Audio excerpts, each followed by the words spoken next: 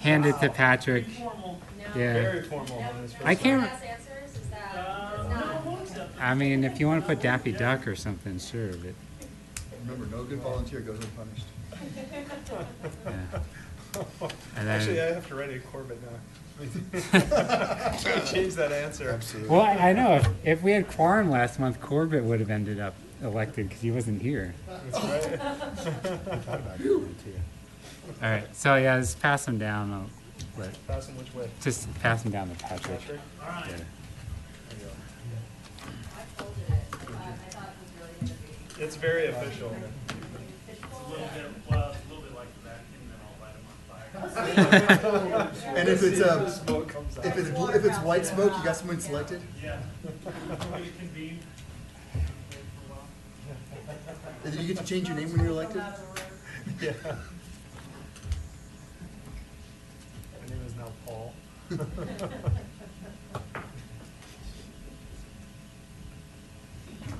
guys, this is gonna be a surprise. I can't handle any more surprises. Ron's a tiebreaker. What, too soon? I'll wait to get to know you all better. It's been 25 days. All right, so we will continue with Peter as the chair and then Corey as the vice chair. Congratulations. Big shoes Right. to fill there. She wears a I size gotta dye 10. my hair is what you're telling me. Gotta have the purple. All right. Well, so thanks everyone. Yeah, Ron, do you have the extra agendas at the end?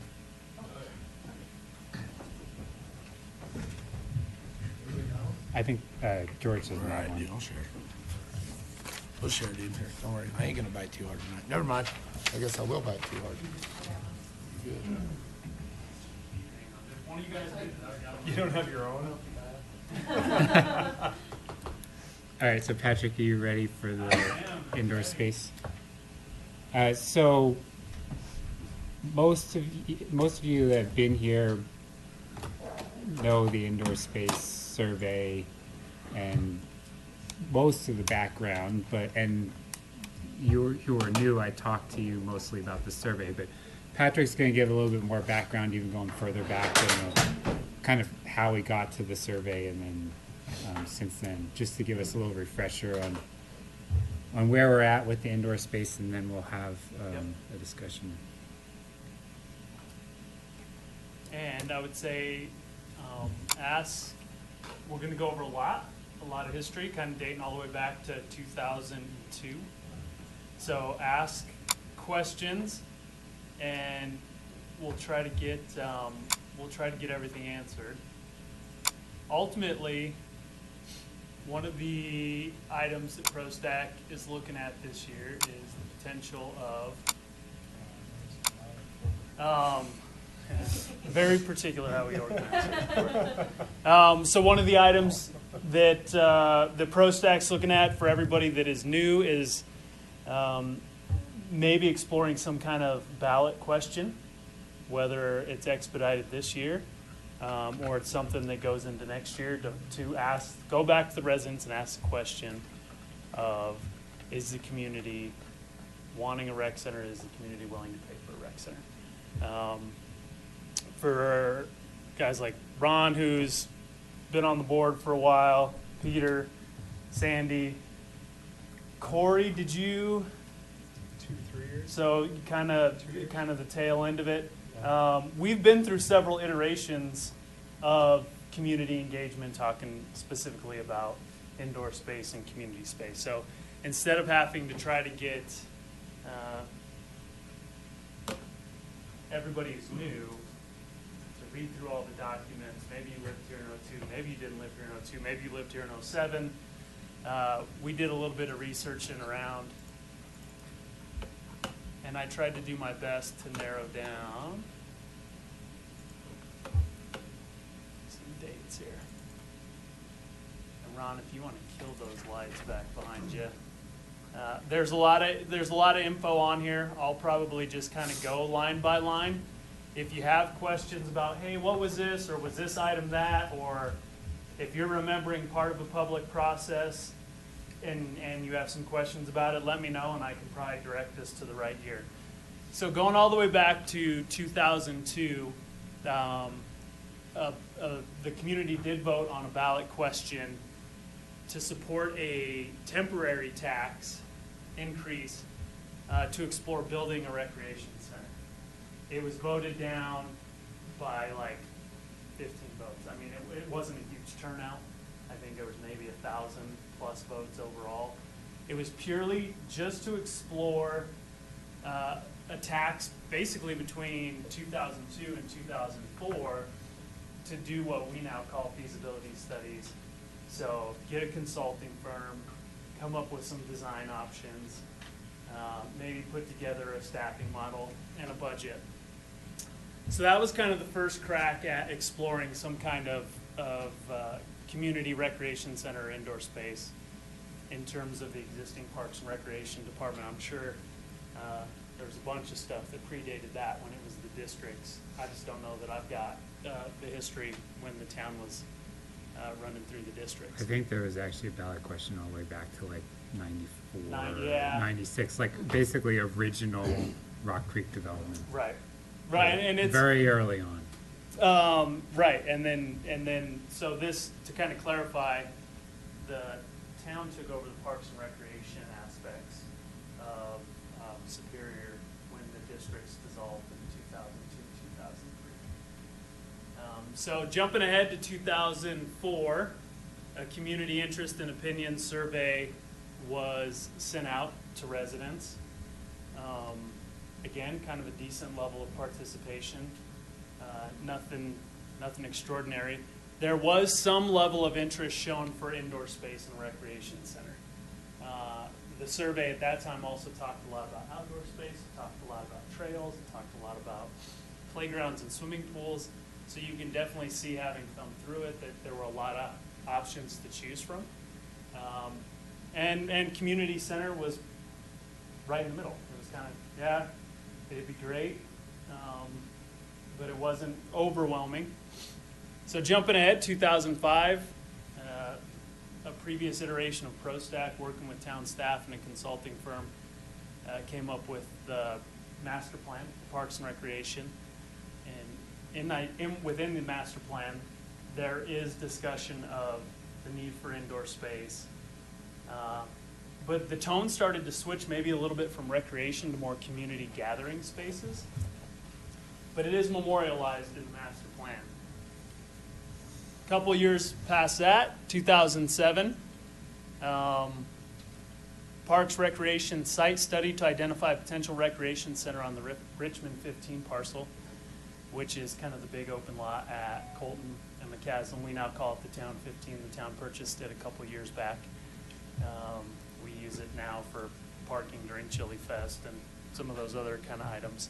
But there was a site study done, you know, very generic, kind of placing large, just squares, parking lot, landscape, buffer between homes, facility, swimming pool, very, very preliminary. So to follow that up, another survey was done, Parks Recreation Enhancement and Amenity Study, with another community survey done by a group, a consulting firm called Corona. And this one, by the end result, had a couple of options, like a package 1 option, a package 2 option. And I think if you talk to different people in the community, there's this idea that it was so broad and it was so big and it was everything but the kitchen, I mean everything and the kitchen sink, that really the residents weren't really all that well responsive to it. I mean, I think it was a little bit overkill. The cost would have been astronomical. Again, there was some great data in the survey in terms of saying indoor space is needed, but the end result, the packages that were kind of these end results, it was too much. It was too big. So no traction in 2007. At that time, they were also trying to determine if a ballot question was needed. And the data, the way it was presented, didn't produce that. So, a couple years ahead, 2013. Some even on this group, I think. Ron, you were part of this one. Peter definitely was. Sandy was. I was. Corbett? No, I No? did 15? So we started what was year one of a 2-year community engagement process. And we brought in BRS. You'll hear us refer to BRS quite a bit, which is Barker Rinker CCAT. They're kind of known for designing nice recreation centers in Colorado. The town has had a long-standing relationship with Barker Rinker CCAT. So you'll hear that kind of acronym thrown out quite a bit.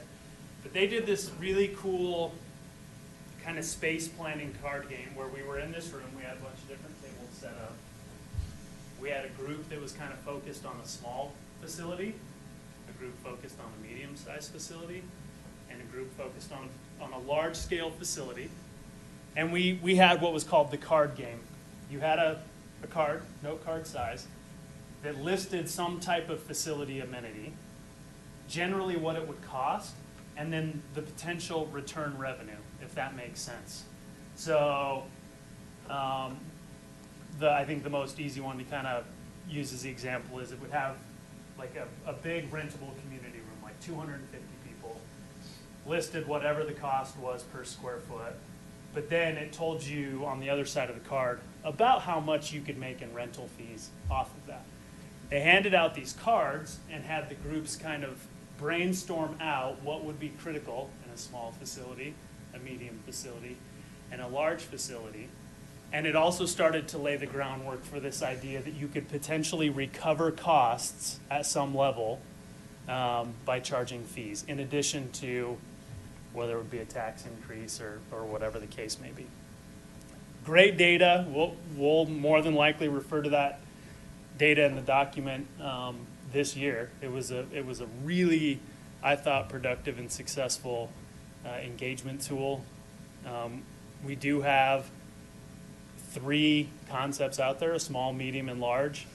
The amenities were prioritized by the community.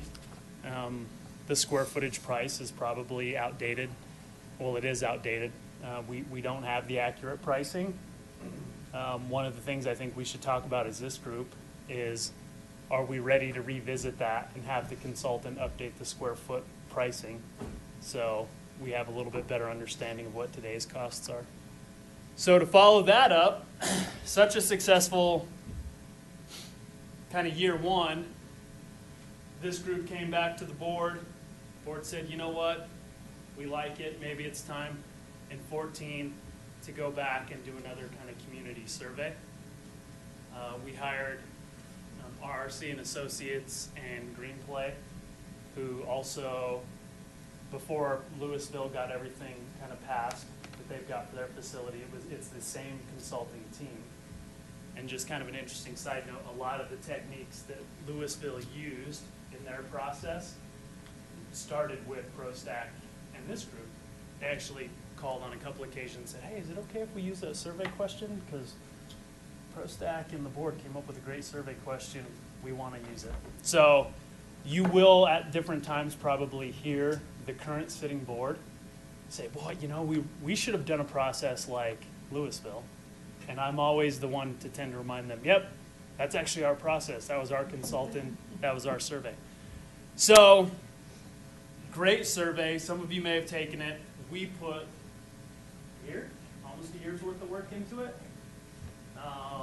Lots of iterations with the board. We had a separate, couple different meeting groups. They had Peter, me, myself, at different times a couple of trustees, always one of the consultants. I want to say that we were somewhere around 36 questions with the open-ended, something like that. Again, I think depending on who you ask, some thought that it got too broad. Library ended up in that survey. Some park questions ended up in that survey. Some trail questions ended up in that survey. I think we've all come to agree that the data got so broad that it started to be pulled in different directions to justify different thoughts and opinions. After it was presented to the board, after the summary report was turned in, we even convened again with a small working group to try to wrap our heads around what the survey was telling us. And at that point, the board really didn't ask us to do much with it. Which leads us to 2015, when Sports Stable was being built across the street. Impact Sports, who, if you've been in the facility, they're the ones who have the gymnasium, the CrossFit section downstairs, and then the workout facility upstairs. They also have a portion of the turf field. They came to the town and said, hey, we saw this great 2014 survey. It looks like you guys have a need for indoor space. Looks like you have some needs for fitness. Why don't we partner? We've got 14 to, I think it was 14,000 square feet. It might have been 16. They had one of their partners who was with Impact pull out. So they said, look, we want to build kind of what you guys are explaining in your survey. Why don't we go at this together? And the town could financially contribute. You could kind of take control of this indoor, adult-ish kind of fitness area. You know, it'd be town run, town gets the priority. You check in with your ID card. We program it with classes. Again, largely based on, you know, somebody from the community saying, hey, we saw this survey. Let's take a swing at this. We met with the guys from Impact Sports probably 6 or 7 times to kind of craft a partnership, and brought it back to the board twice in 2015, maybe even 3 times. And in the end, it just wasn't right. The board didn't think it was a good fit for the town. We had a hunch that Impact was going to build it anyway, which they have. But yeah, that to me kind of felt like the end of the indoor survey-ish. You know, we had a lot of amazing data, and we weren't expecting this kind of Impact partnership to even sprout up. So we very quickly found ourselves trying to take the 2014 data to justify, or not justify, just present facts as it related to this indoor sports Impact partnership, and it just didn't work. A year later, early 2016, the board directed staff and a consultant to begin looking at library and community space within the Superior Town Center. For those of you who have paid attention to it, through the simplified version is through some cost-sharing agreements and through some of the early agreements, the town had rights to about 40,000 square feet of town with space within the town center. The board said absolutely we would be interested in some amount of space, up to 40,000. We were very particular about saying we're not going to take all 40,000 of it, but we're interested, and yes, we want to commit to having some footage in the town center. So in 2016, the board, separate from coming to PROSTAC, asked staff and a consultant to come up with some just library and community space to be located within the town center, up to 40,000 square feet.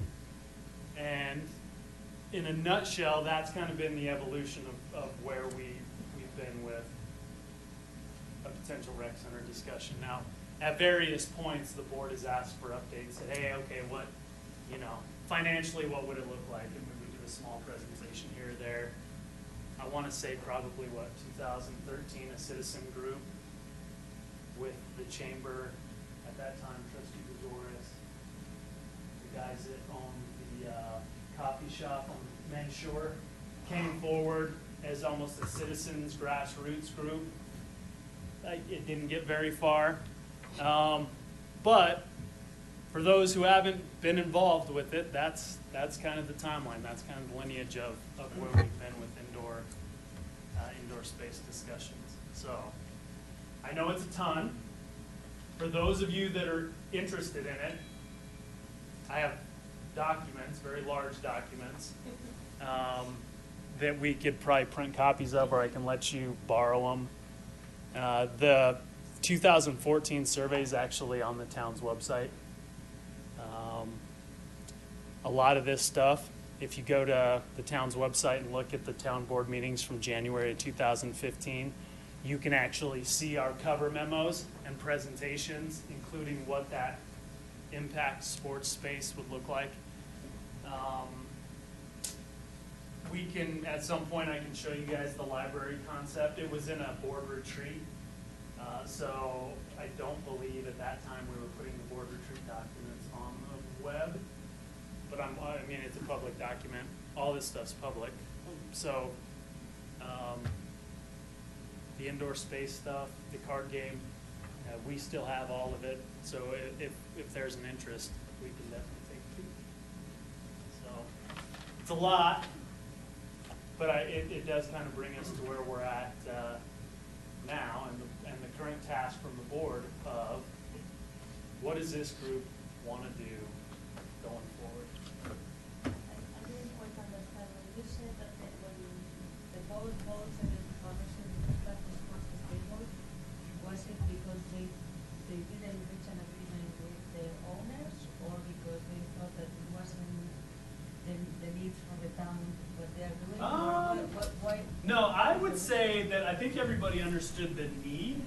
I think financially, and I'll bring up the number. I don't have it off the top of my head. It was, my guess was probably like $250,000. A year. There was a one-time upfront, and then there was some operating. But yeah, Yeah. there was an ongoing operating cost. And if I'm kind of remembering, the long and the short of it is, we were fairly certain that they were going to build the amenity anyway. And at the time, we said, well, the board felt, let the private business be the private business. Let's not try to get into this partnership. And then at that same time, we started having conversations about this 40,000 square feet to be built at some point in the future. And it said, well, why don't we focus our attention on that? Let the fitness kind of be with this fitness group.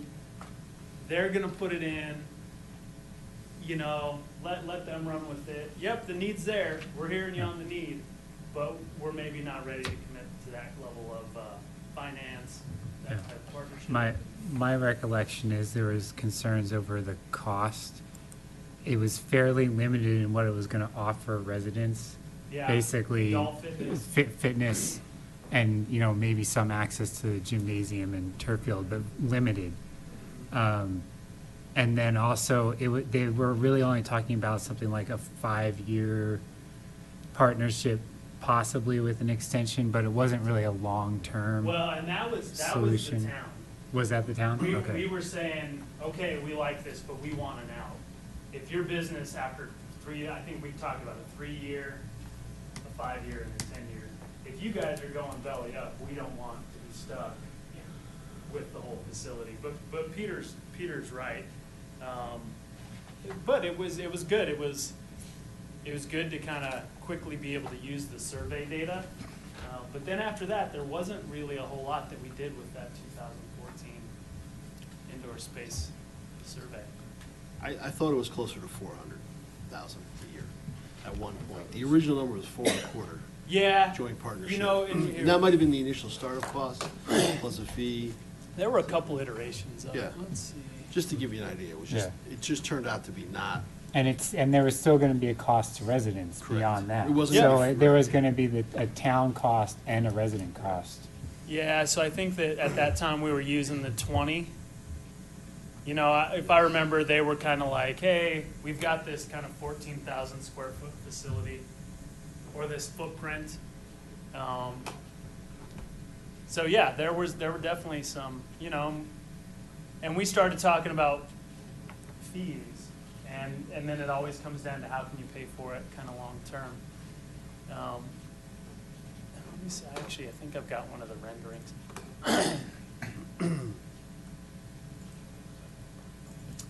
This was, The only thing I would add to what you're saying, just to emphasize it even more, is absolutely. town center, when that thing blew up, that was right at the tail end of us finishing the survey. Yeah, So absolutely. all of a Bang, bang. sudden, everything was like, forget, we could care, the board was so Yeah. buried that Yeah. they really just sat back and said, we don't really care about that anymore. Yep. We gotta find out what's gonna happen here. And there was some early speculation that maybe there's gonna be something in town center for us. Right. And that might fulfill all our wishes, Yeah. but it didn't happen, so. And, not to jump to a whole other project, then the parks, Yep. the Parks 1 and 2 and Coal Creek all came into play, all at the exact same time. So, right, we dropped the survey, got rid of the survey, and spent literally, we had 4 or 5 extra meetings to Yeah. discuss parcels 1, 2, 3, 4, and 5, Yep. when there was a 5th parcel, so, very heavily involved in that town center discussion. So that kind of is why, now all of a sudden, this is coming back up again, because it's like, Yeah. okay, it's kind of settled over there, what's gonna happen, you know. And then some there was also, in the last year, the discussion of the North Pool bubble, which Yep. brought up again, and the desire for an indoor pool, but that wasn't the right option, the cost was gonna be, And then Too fast track in great. the park, fast track in El Dorado Park, whatever you wanna And call then, it. and then, you're right, and then it shifted, all of a sudden the board said, the priority is getting the new park built next to Eldo, run with it. But still, if we are talking about the new indoor rec center, now we are talking, we need to invest in building it, maintaining it. Correct. And on top of that, I don't know if we care or not, but is there business for both of them? And Lakeshore? Correct. Yeah, and the addition to Louisville Rec. I know it's Yeah, correct, but so, you yeah, can no, do you're that. right, I mean, that's a Well- lot of things we discuss. Yeah, so, So- but I think the, and maybe Peter, you're gonna get to this, but from the latest direction, it's not really just focused on rec center, it's indoor space. Yeah. well, it's we'll, a- we'll get to that in a Okay. minute. Yeah, you know what, Ron, there we go. 350 was that big, that 10-year kind of commitment with the one-time, you know, they, that one-time fee. But, so, in an effort to try to get everybody up to speed, so tonight's conversation is applicable. And like I said, the documents, they're available. If you're a Parks and Rec nerd like myself, I actually like reading through them. But, you know, this is fairly accurate to the existing building that's over there now. Some changes, but what we were really looking at was this space B, which was the second level, 14,000 square feet. If you've been over there to work out, they built it anyway. And we're still in the process. They're now giving us like a 15% discount or a 10% discount for Superior residents. And we're continuing to work with them to get that number down. I still think there will be some form of partnership, but it'll be a partnership in terms of discounted registration fees, not the town taking over full control of it. So, So, based on this committee's discussion last month, which only half of us were present for, but based on that and based on the discussion from the board dinner that we had 3 weeks ago, it seems that the point that we're at for PROSTAC is whether or not we're going to make a recommendation to the board that that we feel or don't feel that we should be moving forward with further review, basically initiating a process of public engagement again on the issue of a recreation center, indoor space, with the end goal being, as Patrick said, a ballot question that would potentially build it, would ask the residents if they want it and would they be willing to pay for it. So I wrote up a draft of a recommendation, pulling some statistics from the survey, and this is just a starting point for our discussion. This does not need to be accepted at all. It can be amended, but because it has a lot of statistical data from the survey in it. it's a little bit more than we wanted to be just writing off the top of our heads here. So I don't know if we can pull that up so it's visible, the whole thing's visible. Might be able to zoom out, but legibility is the question. But yeah, so I think that we haven't done this in a while, but I think the best way to start this discussion is to just go down the line. Maybe, each committee member can spend a minute or two voicing their opinion or posing questions, and then we can have a general discussion after everyone's gotten a chance. But since, new members, I want to make sure we all feel comfortable getting a chance to talk on this topic. So if we just go down the line. Peter, can you one more time restate our goal? What is our goal? Our goal is Where are we going here? to either make a recommendation to the board that we want to move forward with an engagement process with the end goal of essentially saying we think the town should build a rec center. But is that something we want to state tonight, or more of just a yay, nay from the group? I think that we need to be fairly And- aggressive early on in this year to the board, because the board could take our recommendation and say that they're not interested, or they want to slow this down, they're not interested in it this year, they're interested in it next year, 2 or 3 years from now. But we as PROSTAC need to have a clear idea early in this year whether or not this is going to be a item that we need to be addressing immediately or not, because it's potentially going to take It's going to take a lot of time. a lot of time, So do months we wanna- and months to deal with. Whether or not it's a ballot question for this year or next year or 2 years from now, at some point we need to start the process, and it's going to be a large amount of time. So maybe I can state, at least in my head, the goal a little differently. I think what our goal is tonight then is really, do we agree that there's enough here that we should pursue this as a PROSTAC action, that to make a recommendation of, that we want to go through with this? Either we say, no, we can establish, no, we don't think we want to do this, our recommendation is no, we're not going to make it, or, yeah, we think we're going to make a recommendation and we want to spend our effort doing this over the next year. Is that kind of really what we're looking at? Yeah, I mean, Okay. if we decide we don't want to move forward, we almost don't need to do anything. Exactly We don't right. need to make a recommendation. If we decide that this is something we want to move forward with, that's what I'm saying. We need to make a fairly aggressive recommendation to the board stating our point of view, which is why I felt it was necessary to pull up some of the statistics that supported the discussion from last month, where this committee is generally, and Corbett, you weren't here, and half of you are new, but where we basically stood last month for those committee members that were here, that, we basically did support this idea. So Yeah. that's what this is, recommendation is saying. But again, just a starting point for discussion. So can everyone read that, or Did you email it out? I didn't? I should have. Obviously, you don't have. I can copies. read it if it's, Here, I'll just do that. Yeah. There you go. We'll cover the middle portion well, if everyone read the top. So that the other thing this, I guess, to say here is that for the purpose of this, I think, again, based on what we have previously discussed, kind of separate out the community indoor space needs and the recreation indoor space needs. Because the community indoor space needs will very likely be filled in the town center civic space, or they could very well be added to a recreation center process at a later date. But the one thing we know for certain is that we cannot build a full rec center in town centers. That would need to be a standalone facility.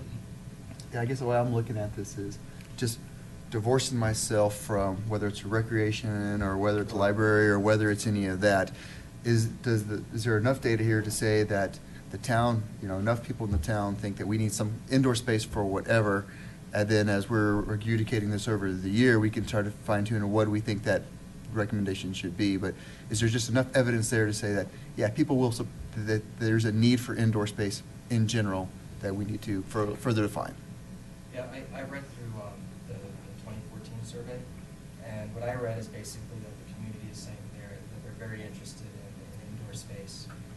They're satisfied with the outdoor space, but it seems like there's maybe not a need, but a desire for indoor space. So one of my questions is, and I don't know if we even know that today, is there a budget for indoor space, or does any indoor space decision result in like a ballot measure or tax increase or something like that? So the quick answer on that is, what could potentially go in town center? Okay. Which again, we're not, I mean, Patrick could try to find that, but it's essentially library space, some teen space, community room space, but like light recreation, like yoga room, dance room at the most. No pool, no gymnasium, no, climbing wall. I think the answer is it fitness center. depends on what So what it's used for. What it could, the more community center elements that could go in town center could potentially be funded without a tax initiative. But anything beyond that, anything that would have the heavy recreational elements would need to be funded through taxes. Yeah, So- and I guess, again, from the way I'm looking at this is, hey, let's identify whether there's a need. If we think there's a need, let's pursue it, independent of whether it's going to cause a tax increase or whatever. Once the results come in the end, we'd figure out what that need is. Then we look at, okay, could it be filled with something that's already been budgeted, or does it have to be something else? And then that's the ramification of it as part of our recommendation. But I would personally think that we should divorce ourselves from the cost of any of that, at least while we're trying to determine what the town has told us in the survey. Yeah, I agree. It was just Yeah. a curiosity. Yeah. Thank you. Yeah, initial, I think it's basically a two-step process. The first would be whether or not we feel there's a need. Yep. And then the second would be the public engagement process that would begin to address cost. Agreed. So this basically is the first step, and then if the board says, okay, proceed, then the second step would get into the cost question. But I guess I would almost even maybe recommend like a 3-stage. This says proceed. The next step is, what is our plan to attack? And then the Right, third it might stage. be more than 2 steps, Yeah. but the first step would eliminate cost. Yeah. Okay, yeah. Because again, as I reminded the new members, or I said to the new members, and I'll remind everyone else, in general, the committees are not asked to address cost. They're asked to make recommendations to the board based on what we feel is best for the community, and then the board will deal with the cost. And that includes not to, And so. whether there's controversial or not either. There's almost no question at some point, and some point very soon in this process, if it moves forward, cost is going to become a huge issue, and PROSTAC will have to address it. But for right now, we really are just looking at what is the desire, the want, the need, for indoor space in the town, regardless, not factoring in cost. But Peter, I want to speak on behalf of the board, and I can't speak for all of them, but they did make a very strong statement, many of the board members, when we met with them, when we met with PROSTAC. They are not going to be happy if PROSTAC comes with, this is what we want, and we have not addressed how are we going to pay for it, because they really do want the PROSTAC, they're saying, PROSTAC, okay, you got to think through this too. So, we can't just throw at them, this is what we think we want, because unfortunately, I believe if we do that as PROSTAC, they will turn it right back to us, so. Yeah, and I think even Peter is agreeing to that, saying, all right, let's figure out what the town says they wanted.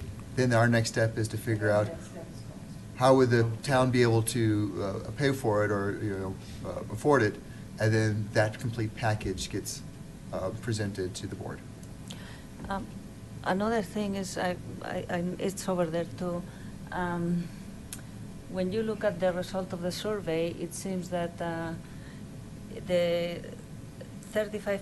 top amenities that people wanted was 35% the weight fitness room, 30% the library, 29 leisure pool, 26% aerobic dance group exercise, and then the next one, I don't know what it was, but it was like below 20.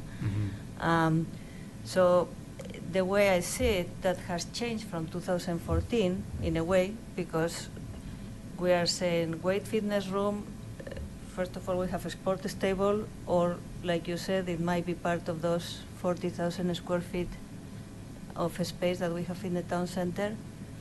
The library and the aerobic dance and group exercise could also be, I mean, the library part of the space in the town center, and the aerobic is both. So really what will have like top priority will be the pool. Well, no, the fitness space is not being, at this point, considered in the town center. It's not, okay.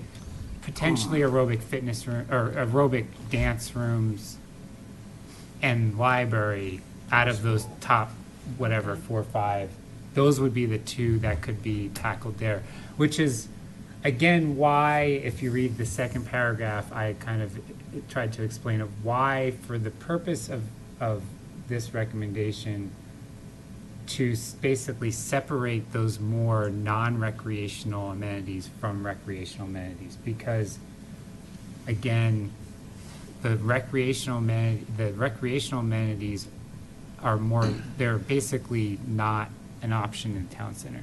Whereas the non-rec amenities, they have more options. They could be in the town center civic space. They could be in a larger facility on the Richmond 15. But the big ones, the pool, fitness room, those could only happen if we put forward something that would require a tax emission, a ballot question. Okay, and could it be like a sort of a rec center with mainly a pool and a weight room, for instance, or? It could be, like And that's part of Patrick. the evaluation Yeah. process of what are the pieces that we think are required. Because the other thing is, the Impact Sports has certain pieces across the road, but Not some of the all. reasons that it doesn't work out is because it's fully programmed, and there's really not time for the community to just go in and have free space. Space, yeah. And that's part of the issue with a lot of the pools and other things, where if you go over to Louisville, there's program times where there's a little window for you to actually use the pool. So that's why they're, so those are the type of things where spaces are maxed out, or people are seeing a need for additional space. So in a sports table, you cannot go and use the weight room on your own, for instance? There's certain areas you can, but certain areas are programmed and you can't get in all the time. Like they have it booked in a class for a period of time. So this would be the distinction between a public facility and a private facility. A public facility, like say the Louisville Rec Center, that's generally going to put residents first. So they're always going to have, they're going to have space, like say the fitness space, that's almost always going to be available to you. They're not going to be programming it for private teams and stuff like that, which Impact Sports might do. They might be programming, I don't actually know, but I'm saying they could, because they're going to have clients that are like teams, sports clubs, and so they might program out blocks of time. Same with pools, in a municipal facility, yes, they'll have some like lessons and stuff, but generally they'll have like open lap swims in convenient parts of the day for residents to use, not just the windows of time that got freed up because they weren't booked out by clubs and lessons and the private groups. So that's the big difference between a private facility is going to put like the high-paying client, the groups first. That's going to be their priority, and then the little single user is going to be at the bottom of the totem pole. Whereas it's almost flipped when you're talking about a private, like a municipally owned facility. They're going to put the resident, the single user, as their top priority, and then they'll program in groups in times that are maybe not heavily used by the single users. But I think that's part of it, is that, as a group, you know, there's been the 2014 survey that said everyone, you know, over 50% of people say there's still a lack of indoor space. And what is that indoor space? Because when you say indoor space, you could say it's a gym, it's a yoga studio, it's a running track, it's a pool. So what does that really mean? And that's what, you know, we'd say, yes, we want to move forward with exploring an indoor space, but our task would be to figure out what are those amenities that really are lacking within the town that need to be in a facility. And then from there, the BRS analysis did, you know, small, medium, larges, and they have different square footages, and if it's with a pool, it's gonna cost this much. If it's without a pool, but a basketball court, it's gonna cost this. So that's where you get your variation in price from a $3, $4, $5 million facility to a $15, $20 million facility. And that's where you start coming into how are we gonna pay for that? And are we gonna get our return on investment or you know, fees that can offset some of that cost and still allow that type of facility? And for me, an ideal situation is that we would be able to, if we had all the data, we'd be able to go to the board and say, you know, first we decide to do this as a group, right? You know, yeah, we all vote on this, this is what we want to do. We go to the board, and I think we're going to, you know, potentially as part of the process, maybe there's another outreach or there's another way to, you know, have somebody look at the data or whatever it is. But, you know, the steps is, okay, we look at this and say, here's all the stuff that the town said that we, you know, say we took another survey, right? And we can look at this and say, okay, between the top 3 or 4 things that we should be able to maybe make a recommendation, you know, saying for the town center space, that 14,000, these things can fit over here, and there's still a need for another indoor space to do these other things that the town wants. And if you separate these out, this is how you can accomplish it, and then this is how you can pay for these things or whatever.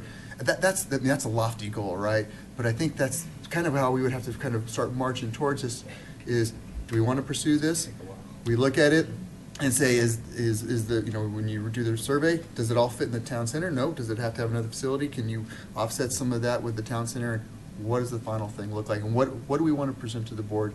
Because ultimately, this is a whole lot of work, and you know, kind of lead your leaders, lead them to what we think the town wants, so that they don't have to spend a whole lot of brain power. They can just look at the results and say, okay, it makes sense or not. And for me, I've been on the, you know, this committee for a couple of years, and there's various outreach components where you're at the Chili Fest or 4th of July or whatever, and people, if you ever bring up some of the indoor space, there's always a, well, yeah, we did that survey, has anything happened with it? Yep. And, you know, so it's kind of that, Yes.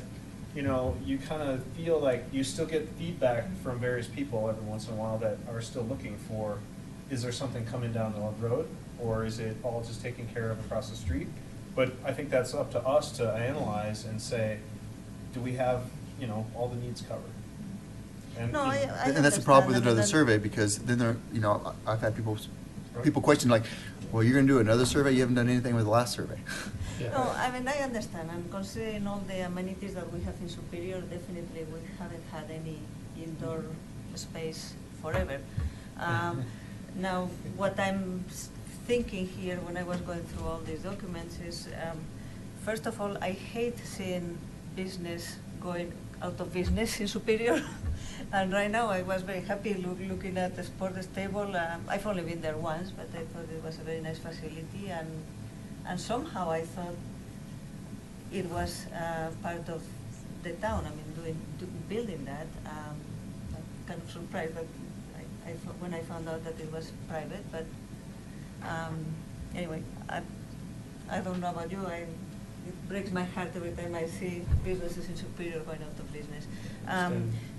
Secondly, I don't know if we can do it without duplicating much, so maybe we can have business for both, for part of the public indoor rec center, having what they don't have maybe. But yeah, So- that would be down the road, I guess. I mean, again, that's kind of what would actually be in a facility that we're talking about would be kind of the second part of the conversation. But as for what, because I know some of the town board members have expressed the same type of concern of, well, you know, we don't really want to build a facility that's going to compete with private businesses, i.e. sports stable, within town.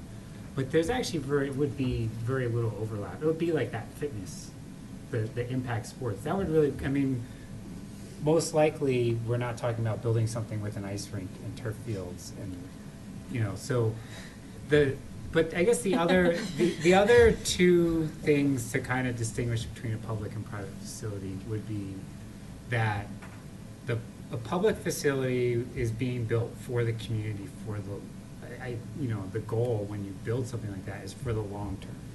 Whereas sports stable town center, like Patrick kind of alluded to, with the Impact Sports deal, that partnership that came up, that could go belly up.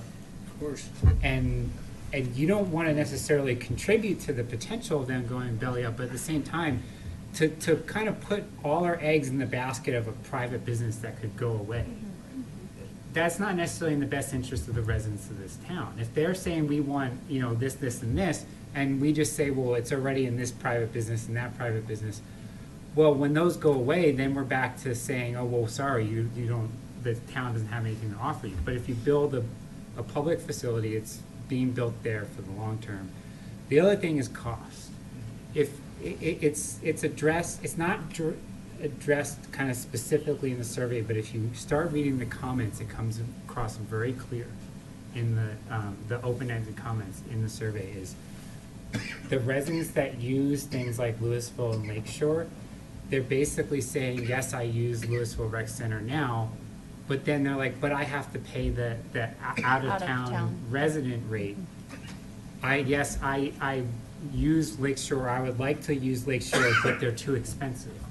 I would rather have a lower cost option, which is what the municipal facility is basically doing. It's the town, through taxes, essentially subsidizing a portion of that facility. And so the actual like monthly or annual fee that you're paying is therefore lower than it would be if you went to a Lakeshore or you went to another town's facility where you're paying out of town resident rate. So that's another distinction here that we should all be clear on between what we're talking about and what might exist as options currently through either other municipalities or private business. And Peter, correct me if I'm wrong, but I think part of our recommendation could be, you know, if we determine that from the survey that there is definitely a need for recreation space, and the number one recreation space, they said they want a giant swimming pool with all this stuff, then the next three things on the list are like weight rooms and yoga rooms and all those things.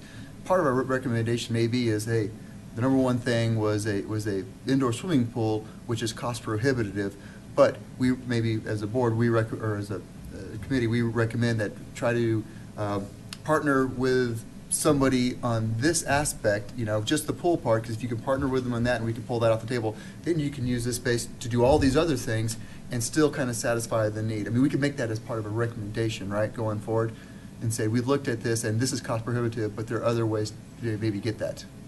Potentially. Correct, and that's where we kind of go back to the small, medium, large Yeah. BRS thing is one of the small is not going to have the pool.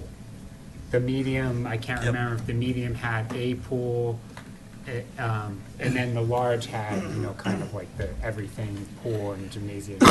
So that's where what we would be referring back to in kind of the second stage of this. Yeah. When we start looking at cost, would be, you know, the small, medium, large type facility, and then going back through public engagement to the community of saying, well, what is the real desire? Is it the small, medium, or large? You know, is the town going to be satisfied if we did move forward with a facility that, say, did not have a pool? So go ahead. I think if we're going to do this and we're looking longevity, we need to go large.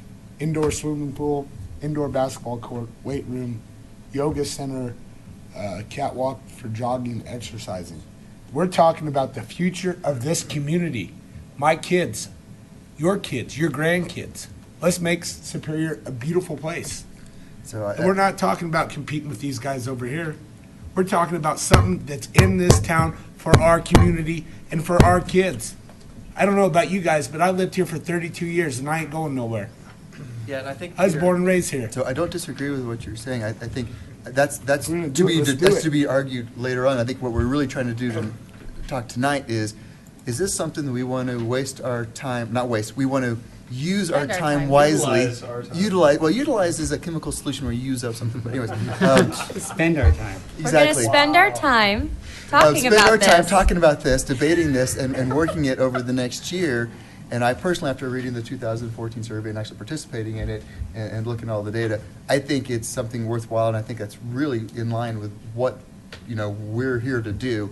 That's my personal opinion. And how we do it and what we do, I don't disagree with you, but I think that's This the is- conversation for another day. We're chasing our own tail here. We really are. Let's pick with the plan, let's go with it, present it to the board. Let's quit burning time, and let's focus on one plan and go with it. Yep. Serious, this is pitter patter. Let's focus on one plan and go with it, Peter. I mean, let's roll. All right, well, I do want to give everyone a chance to speak. So, let's start down. Ron, Susan, do you have anything else to add? Just, George, you were right. Just let's make it, is our long-term goal here to send a recommendation to the board that you guys need to get this on the ballot, and how much is it gonna be for? That's right. And how much do we want to spend?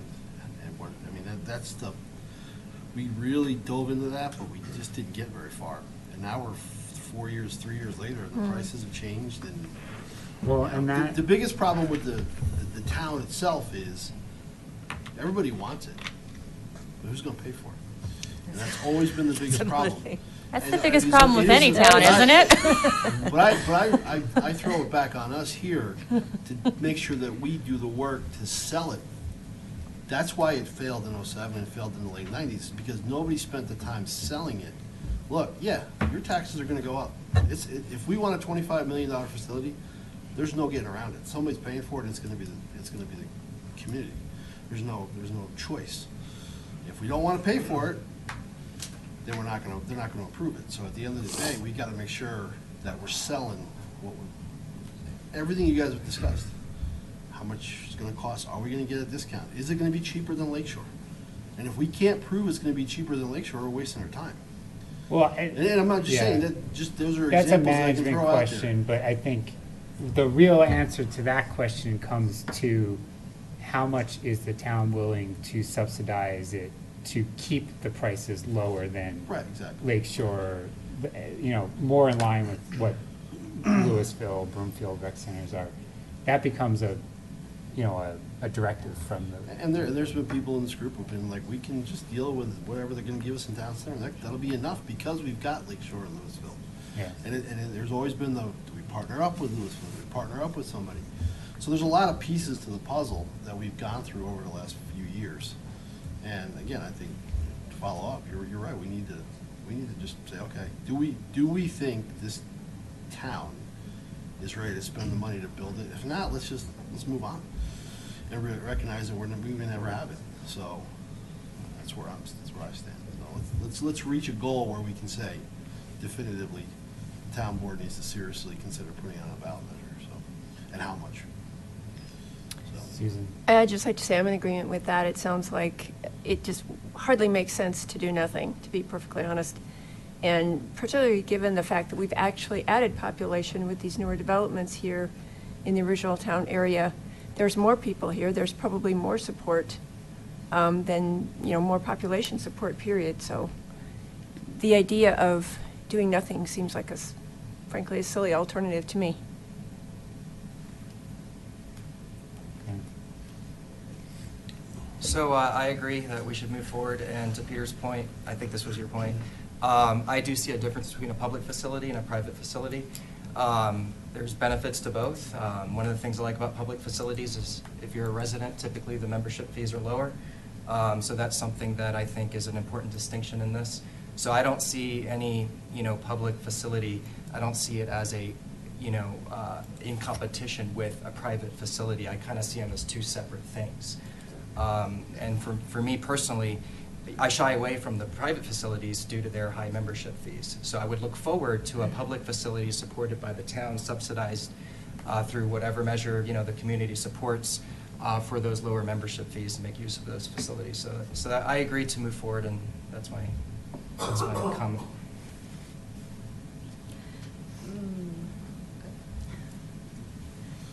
Is it my turn? The vice Yeah. president? Okay, I'm like vice Sorry, president. it isn't anything, so. Yeah, we should move forward. This seems like we've talked about this already a really long time, and I just got here, and you've all been talking about this for years. I mean, and I understand that when, Town Starter came in, it was like suddenly, drop everything, we don't have time for this. But obviously, this seems like a really unusual opportunity where we have 40,000 feet to potentially mess around with and figure out how that would work. And so, yeah. I'm going to be brave, and I'm going to say this. Generally speaking, I see what you say about the public facility and the private facility. Generally speaking, I think businesses work better when they're private, mainly because you have to show that you have a business there. And also, when I hear, well, the town subsidizes this, subsidizes that, I think we need to remember that those subsidies come from somehow us. It doesn't matter whether it's sales tax, income tax, the money comes from somewhere. It's not produced Fair point, yeah. in the parks. Now that said, I think there is probably some need for some public facility. I'm not sure I agree with George that we need to do something super huge or big. From my point of view, we have a sports stable. Not that I have any interest in the sports stables personally, but I think we already have that there. For whatever reasons, maybe we should have stopped it later or not, but we already have it there. We'll see what we do down the line, but I think we should use it instead of say, no, we need to build everything ourselves and forget about those businesses. So I just want to circle back real quick, Sandy, to your point about the board wanting to hear about cost. The problem I see that we face right now is that in order to proceed, in order to get updated costs from BRS or whoever, that's going to take some expenditure on the part of the town to get. And PROSTAC is not authorized for the town to make expenditures. So I see more of a recommendation like this being the first step, because we need the board to say, okay, move forward, we're going to authorize the, some consultant fees essentially to get the cost numbers. And then once we have the cost numbers on a facility, some idea of what the facility looks like, the cost numbers on the facility, which I think we'll get pretty quickly, then we could more directly answer the question of how much it would cost in like a tax increase per resident. But we can't get there yet because I don't think that's what I said, Peter. I think what I said was that when you come with the recommendation, we need to come with not only the plan, but a sense of what it's going to cost. And let's be realistic. If it's a $25,000 facility, there's not 25 million, there's not 25 million in the budget.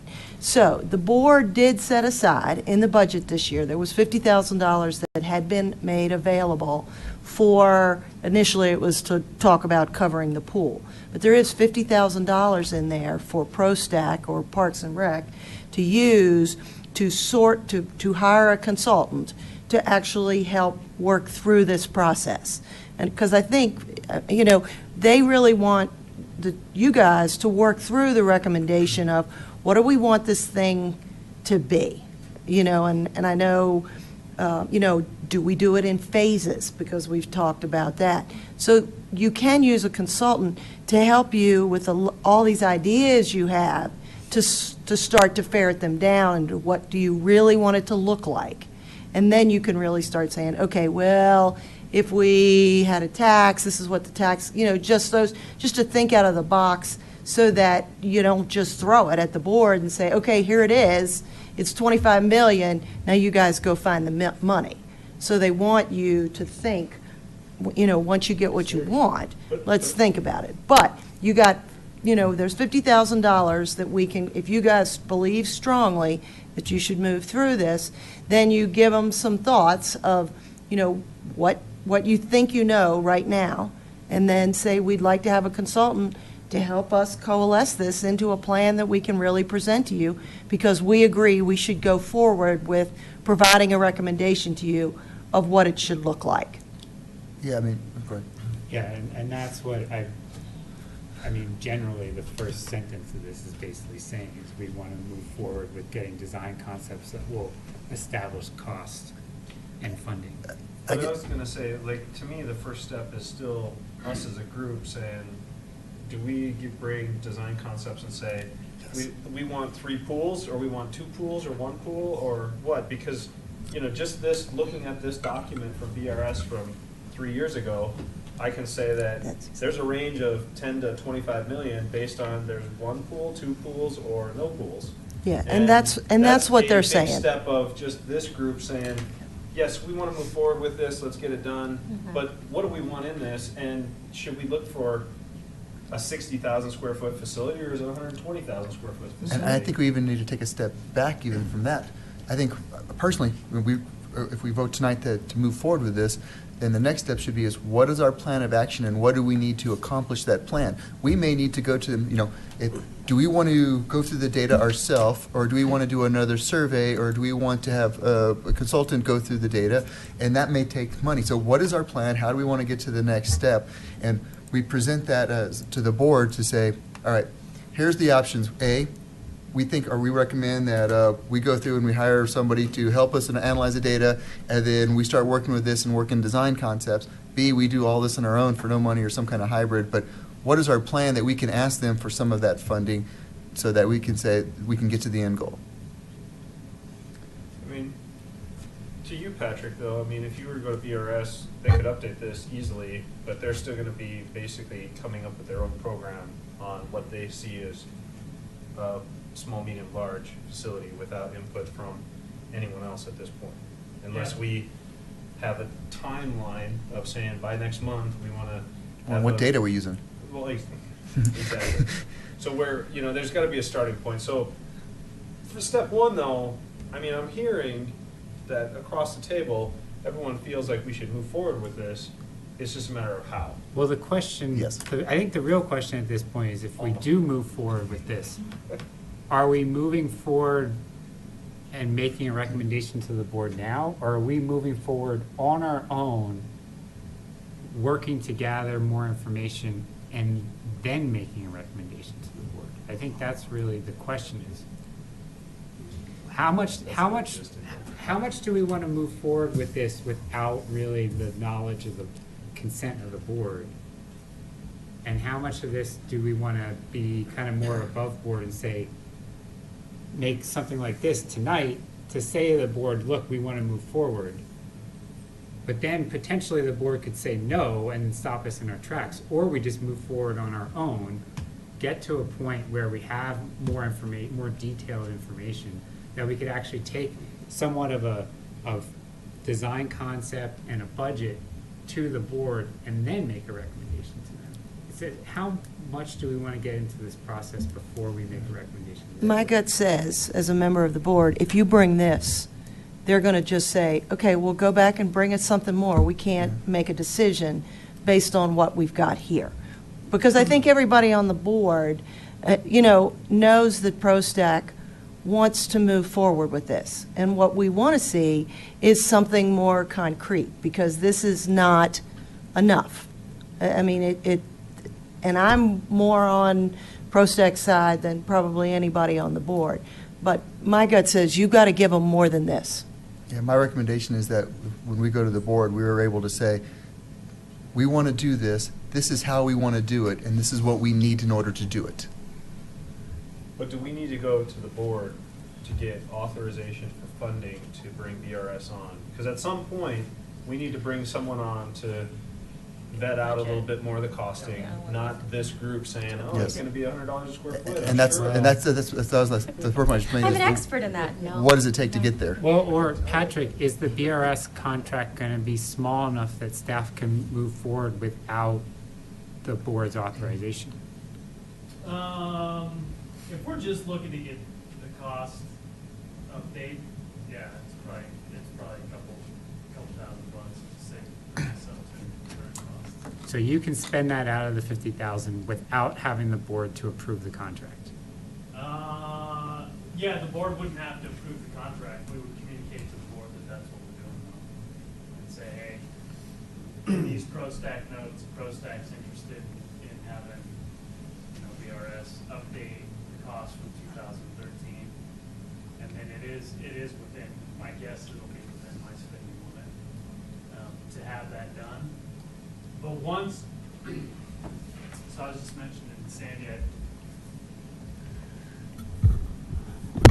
I think if you're looking to go to a full-on ballot measure, even with the existing information that we have, you're probably looking at a $50,000 to $75,000 to $85,000 consulting project that's got all the marketing material in it. It'll have several iterations of the design. This is how you'll staff it. This is how much the annual. This is the one-time capital to build it, and then the annual. So I think it is up to you guys to say, do we want to take it one more step before we even, do we want to look at the survey data? Do we want to look at the BRS data one more time, thoroughly vet it out, then make the recommendation? Or is there enough data now to say, we'd like to ask the board to use the $50,000 to bring a consulting firm on, get us a plan going forward, and then, once we're tapped out of that $50,000, request additional budget funds at that point to carry it all the way through a ballot. Because you'll have to have somebody, at some point, if you go forward, you have to have somebody who would write the ballot language. I mean, it's... So let me throw this out there. If we came back next month, in this group, looked at the kind of the three models of BRS, look at the survey, take everything that we know from the community engagement to this point, and said we want this, and that in a facility. Kind of come up with a dummy design concept. You could take that back to BRS to get updated pricing on it, right? Yeah. BRS comes back and says, this is a $25 million facility. Then staff could crunch the number and say what that would require as far as like a per mill levy cost for tax increase. You gonna show us something? So then we would have enough information that we could go to the board and say, look, we've taken the data, we've put together this facility, it's gonna cost this much, it's gonna require this type of tax increase. This is our recommendation. So then the board has a much more detailed recommendation, and then we would be asking to go that next step that Patrick is mentioning. Will the board approve a $50,000 to $80,000 contract to actually go the full step of ballot initiative language, and the full,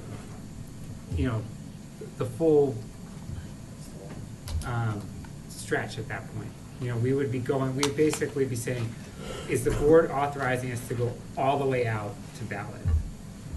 So my question is the 2014 survey good enough to use that, or do we want to have a different survey given the fact that conditions change with the sports table?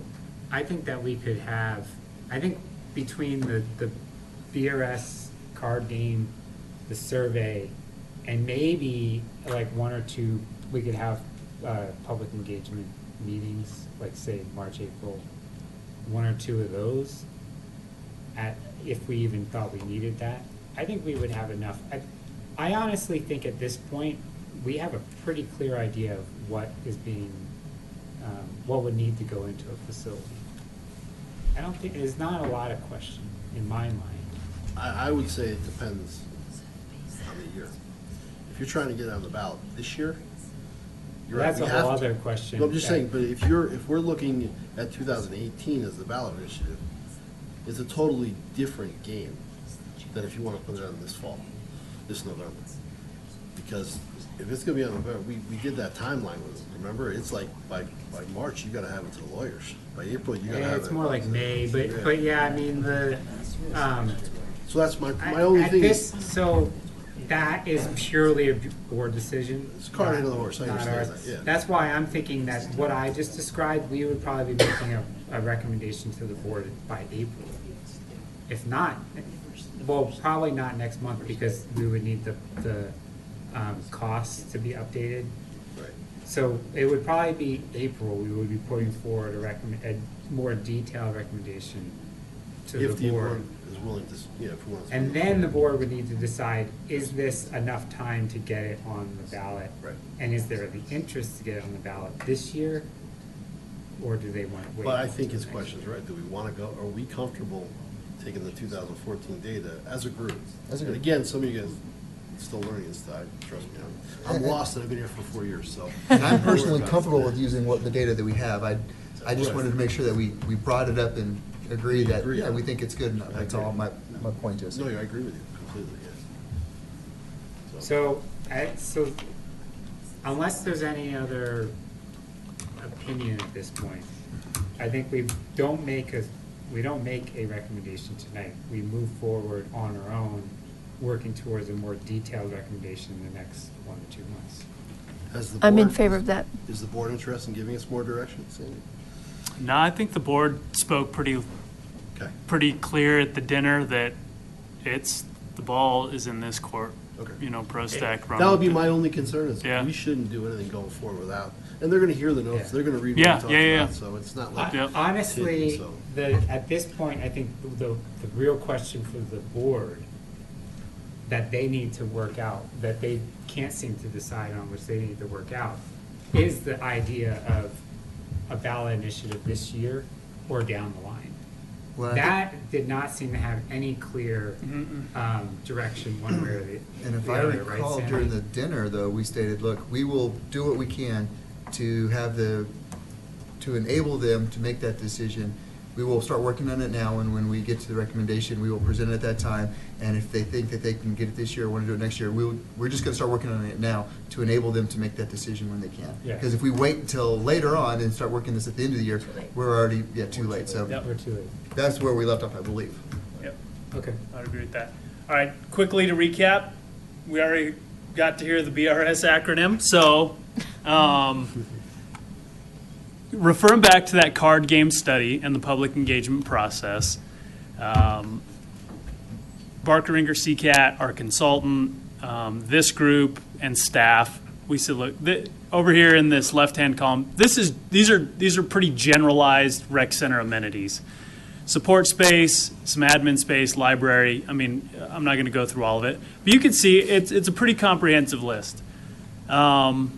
Included with that list is some gross square footage, and then the cost per broken out. And I don't remember if this one mathematically ties out, but we do have another spreadsheet where it'll show you basically what the breakdown is. So you can see a group one, small facility focus group. Again, this was 2013. We were looking at roughly 50,000 square feet, a one-time capital cost of $12 million. So, Pool and a gym. correct. So to Peter's point earlier, that we all agree that, hey, the 2014 data is good, and we start looking at that, we could use this just to start putting things together. Yep. And looking at, well, based on the old numbers, this is how much it's going to cost, and it's only going to go up from there, so that can tell you if it's just right out right Right. now or not, Yeah. or whatever, and then we can start, using this Yep. to manipulate, and then go back afterwards and say, okay, give us what the updated numbers are. Yeah. Now, what staff was tasked with, this is now using this data, kind of moving ahead to the impact sports conversation, because we needed to verify the numbers that they were throwing out were accurate with what we were hearing in the industry. Then this was just kind of my working spreadsheet. We said, all right, small rec center, 14,000 square feet, we think $3 million. Then we played around with a medium size facility, saying, maybe a weight room, maybe aerobic dance room, the track, some support space, classroom, wet classroom, no pool. 25,000 square feet. All right, now we're close to 5 million bucks. Large facility, and so on. Then, this, again, I apologize, this is just kind of my working spreadsheet notes, is what, out of my own curiosity, I started taking the priorities within the survey and plugging that into what the space was, saying, all right, this was, number one, 35% survey said indoor rec space, here's the money that was allocated, that tied to another question, weight fitness. So we use this during the working group. This information can probably be updated reasonably cheap. So this is, you guys have already heard it a lot. This is the BRS study which drives a lot of the cost of future facilities. And then I think this is, So I think this here's is the what square we can footage really cost. dig into next month when we try to actually shape what a facility might look like. It's there.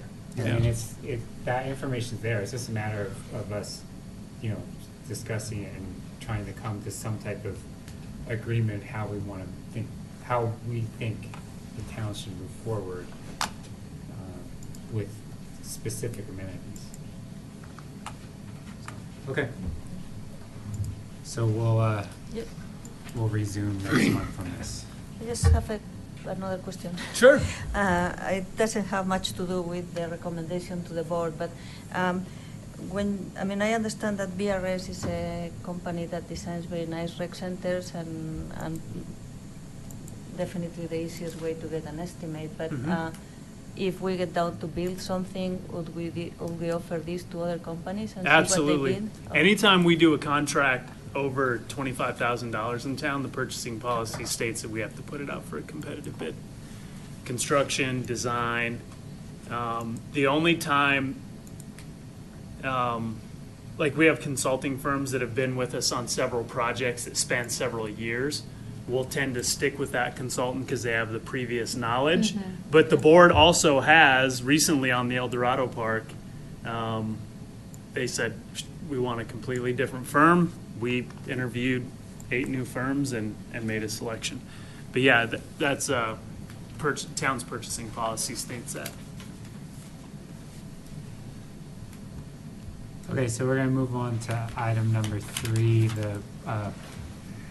the new park naming. All right. Now, So those of us who have been here, we kind of did this exercise already, but since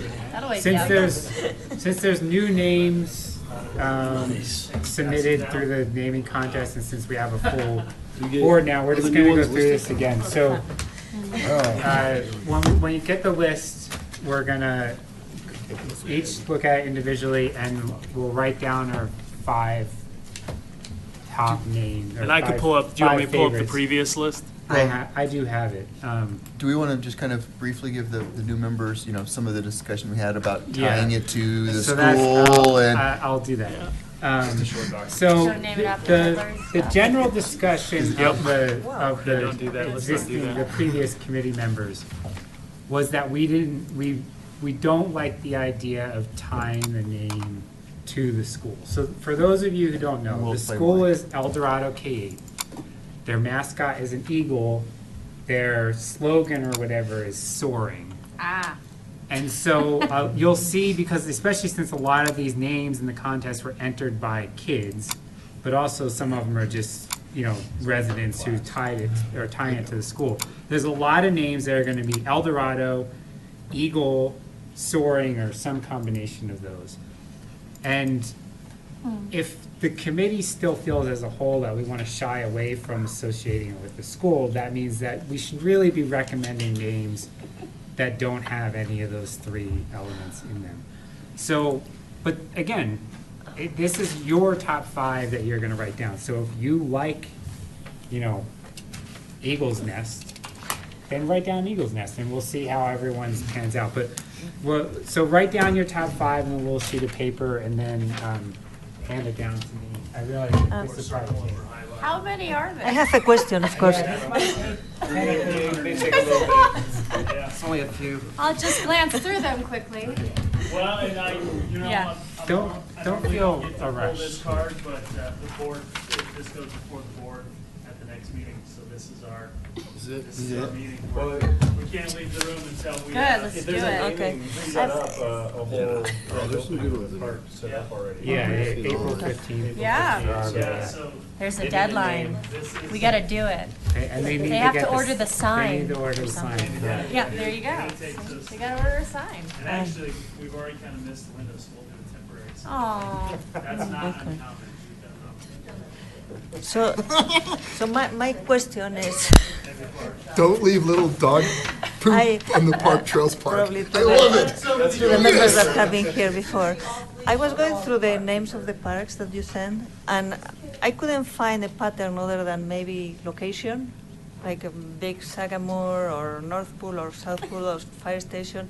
Are we following any patterns or just Okay, whatever so- name we like, All right, other than not being the associated with majority of Colorado? the parks in town actually don't have official names. They have adopted names.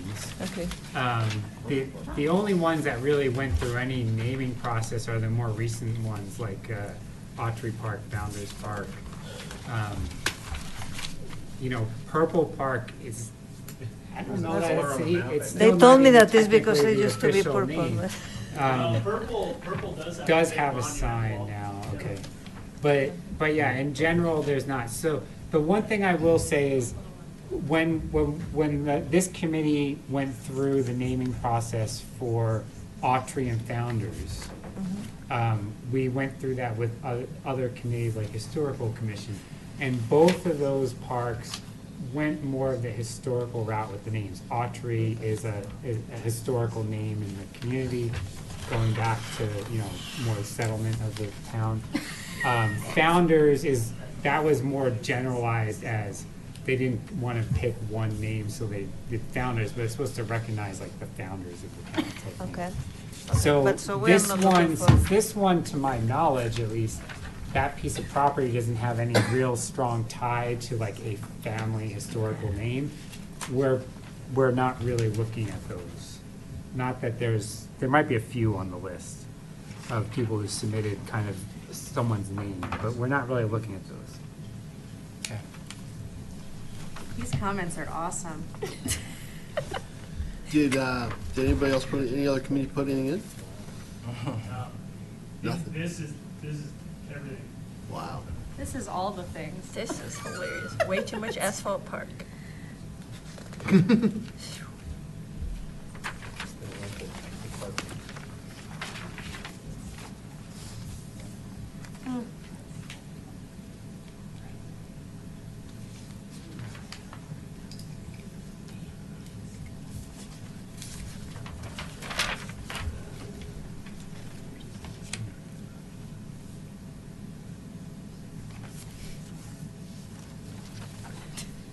And I guess one more thing we can add is, you could always write down your own submission if you want. Doesn't have to come from the naming contest. Key is to see if you. If we all have different ones, it's back to the drawing board. Yeah, really? How are we gonna come up with a consensus on this? There's so. Hopefully, Well, some names will be that's more part of the popular. whole, so when everyone Part of gives the me their process. 5, I'm gonna put them in here and see where we And then we're just gonna overlap. come up with a name that incorporates the top.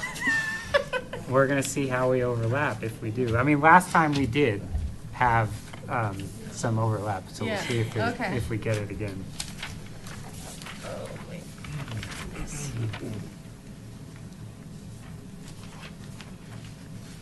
So no school. You want these in and ranking no order or just names. fives? It's your choice. Right. It is your choice. Generally, okay. Yeah. It's a yeah, recommendation. Peter, are we Got it. ranking these, or are we just giving you 5? Just give me 5. Okay. Oh man, you were ranking? That was good. No, I only got one. I was like, so- I don't. Yeah, I still yeah, haven't found the yeah, one that I heard about that, excites so me. it kind of makes sense, yeah. Well, that's all of it. Somebody else had one. No matter what, there's some good. Huh. Interesting.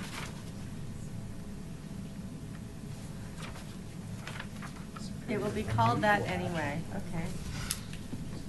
Yeah, unusual action. I like that one, actually. We call that It's an anyway, so- unusual name. No, I mean the one that it will be called that anyway, the Torres Peak. or Oh, Torrey's whatever. Peak, yeah.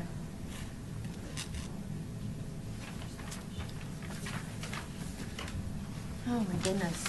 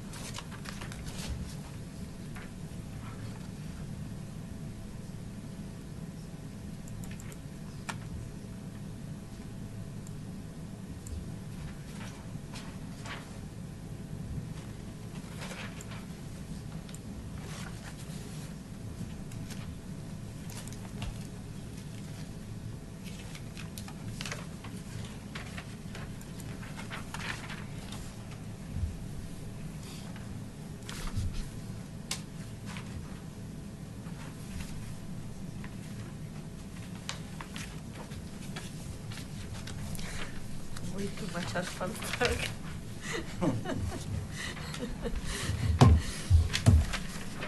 Yeah, so. So you got to go there. Turn these in view. Yeah, it's fast enough.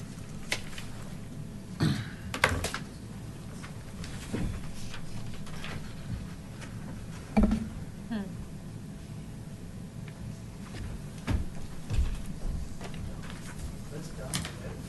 Oh. I think I'm gonna have to find the wild card name for my fifth one. I think here. I've seen them before, I'm sure. I mean, If you guys are running, I did a write-in on candidates my last one, it was zip line, that's what everybody likes to call it. Oh, Zip yeah. line. There's always a line So there, it has to be every always- time, even at 8 in the morning. There's like 2 or 3 kids out there sorting through. Is that on the list? I haven't gotten that far yet. Look at some duplicate pages in here.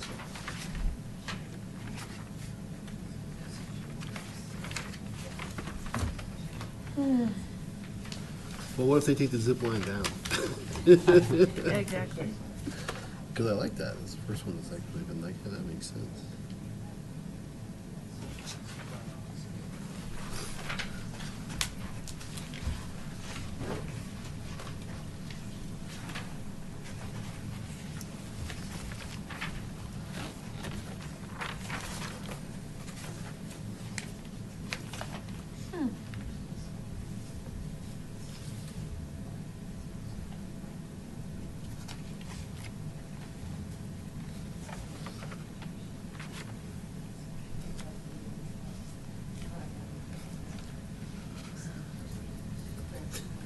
No idea.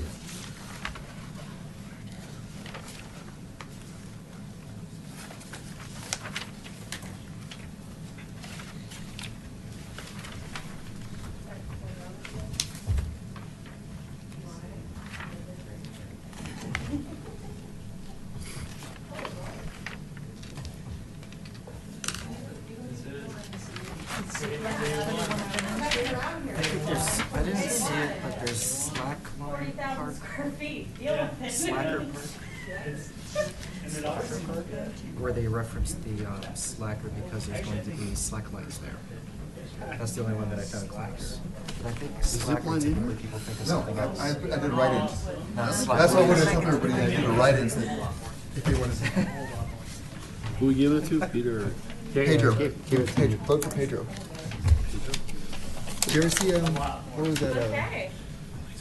Napoleon Dynamite, vote for Pedro?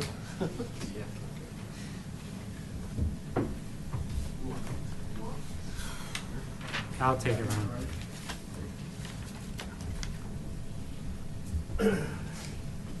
We could also call it not Eagle Park.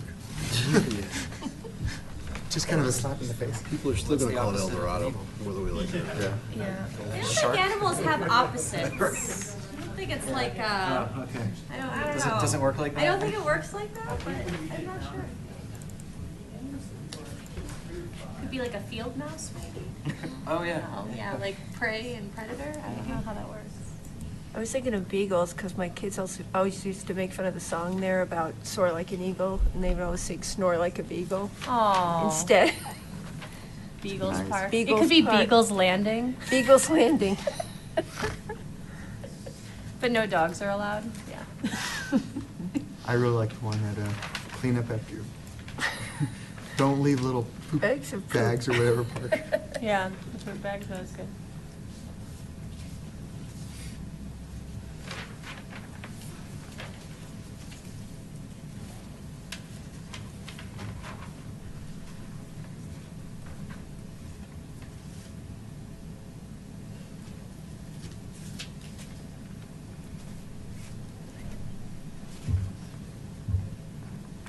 It's funny, is a lot of my kids either, or my kids and all their friends either call it zip line or they call it New Park.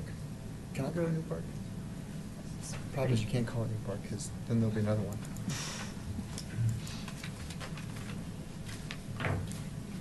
Let's see how this goes.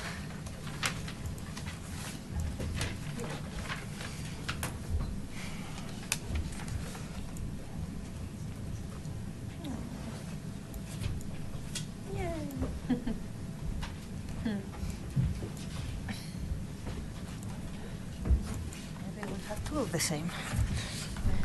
Yeah.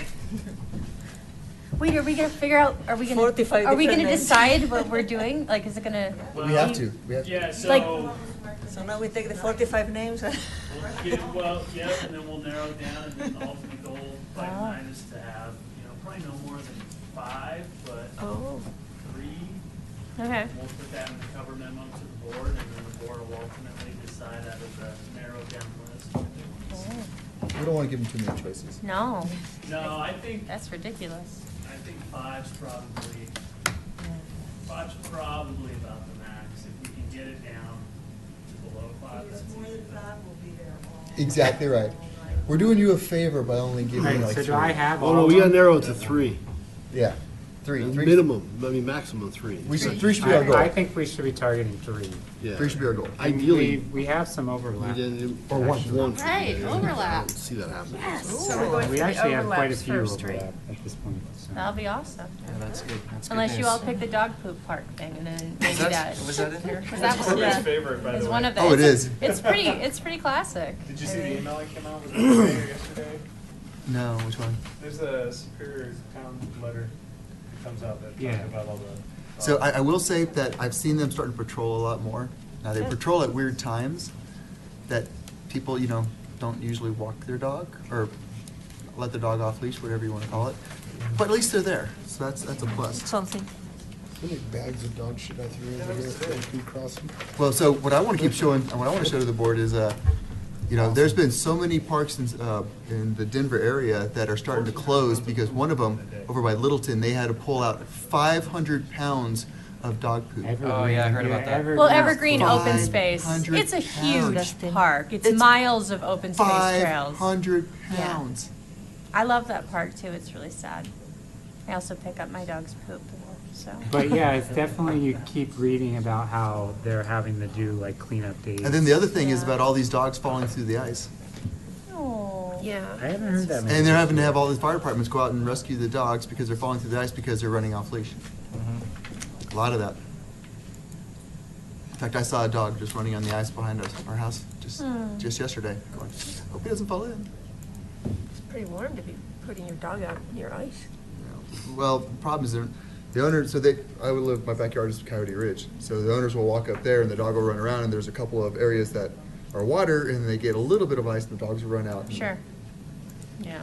The owner doesn't realize because they're halfway up the hill and the dog's back.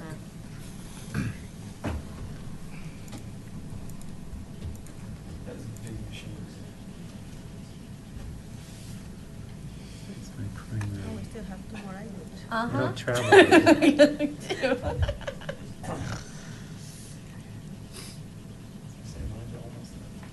Yours is- mine's like a seven. I have to look at something that I don't like having to like scroll across the screen, like this database. So I have a big screen, so it shows up on one screen. That's what my other 2 screens are for. Yes. I get that Yeah, too, you see, and I the don't, third one is I'm not working. fancy like that. Yep, that's exactly what I do. I do have 3. I have like the laptop right next to it, so Yep. the two big ones. But it doesn't work with my sit-stand desk now. It works when I'm sitting in the sit-stand. It just doesn't work when I'm standing. Of course, that's only when I'm in the office, so, 50% of the time I get out of the screens. What I'm going to do is I'm just going to take my work phone and get one of those small projectors and hook it up to it and just work from that.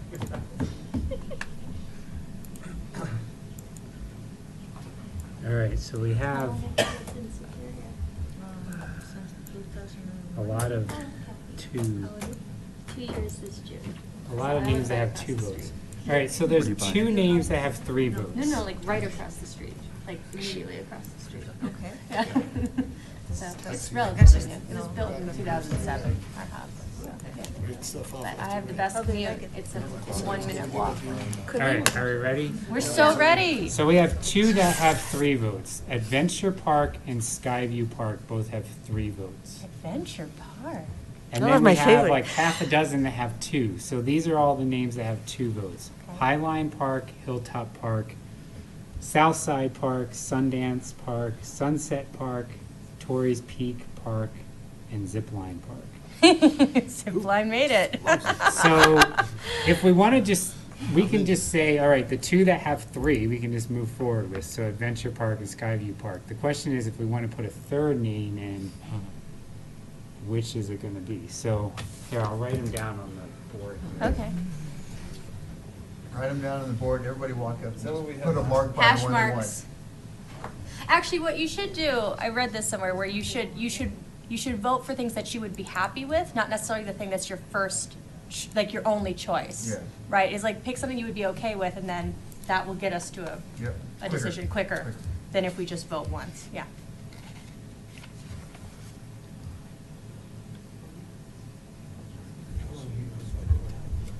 I moved into Superior the day of the floods. Did you really? Yes. That's I closed awesome. I closed up my That's house awesome. and moved in the day of the floods. Wow. Because I was living I in flew out the day of Lafayette, the floods. and I kept having to drive back and forth, and I kept having to find a new route because another road was closed. That's awesome. And then I had to do an insurance claim on my house the day I closed on it because of the driving rain of the floods. Wow. That was awesome. And I had to go find a new mover, and I had to go find a new paddle company because the paddle company was in Boulder, and they were underwater. So I had to go find a different one. The title company was underwater. Yeah. Okay. I just remember the days after I made it, watching Okay.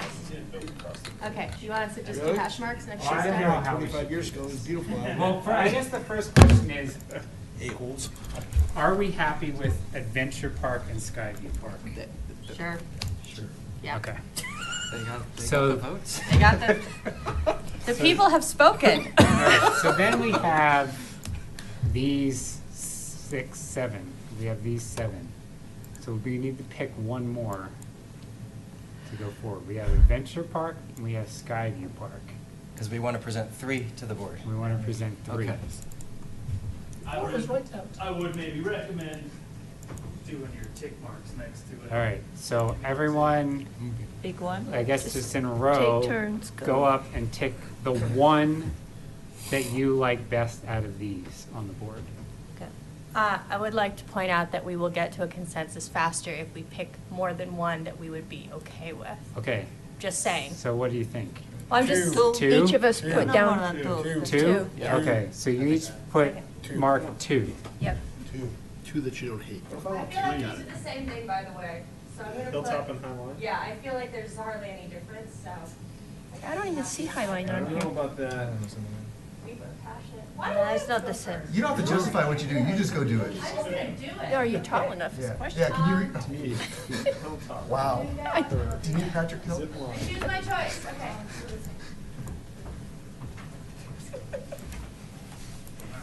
Well then, alliances have already grown. Yeah, I was gonna say, look at that. Look at that. I'm Woo! gonna be the one A-hole. I'm gonna write something down. Going first is You know, there is an IMT. There it is. I like that. The A-team. Yeah, Yep. right. That's right. Oh, you know what? There's also there's also an M and E. We're having technical right? difficulties. Yeah. You need a marker that Is it my works. turn? I'm glad. All right. Oh, I'm gonna stray it from this group. What? Are you voting, Patrick? He's just He's throwing filling it in in so when we all he can can. see. I actually where would have we're been at. fine with like half of those though, like I'm, Yeah, they're all pretty good. Staff does not have an opinion. Staff does not have a Tell us how mind. you really feel. Yeah, we're at 3 and- Staff does not grant information. I wanted your opinion, I would give it to you. Come on. All right, fine, I'll just throw it over. Are you right serious? at the end. Wrong one. Wrong one in the eye. whoa. I Wrong was one gonna in say, the eye. just- Did you do one or in the two? eye. I did two. Oh, I didn't. Well, and I can almost You can't do two guarantee at the same you one. that, I was just gonna there's say, gonna be that- more that's what's been members highlighted, I'm like, Too many board members with their own names? that are gonna pick something other. We're going with Oh, Hilltop. board member, yeah. Really? Don't horse with the course now. Hilltop, we're just trying to figure out the difference. Really? Well, one's a hilltop Differences? and one is a high I line. remember this town when there's only dirt roads. And, you know, zip line versus high line. But what is a high line? Highlight. It is I know- highlight I know canal it's- somewhere, it's right? I know what a on a hilltop hill. is. Well, I do know what a hilltop is. I know what Children zip know line what a is. hilltop is. Maybe that should be our standard of, One of the does a definitive child know what to the me, a thing highlight is? is what, a highlight is I what know you what a shoot birds sunset off of is. from your bedroom window. But a Little high doves. line. I don't even know anything. Maybe that's a Texas thing. I just know generically it's over there. 'cause I live here. and it's Poncho over left there. it. Okay. The Fidarellis are coming.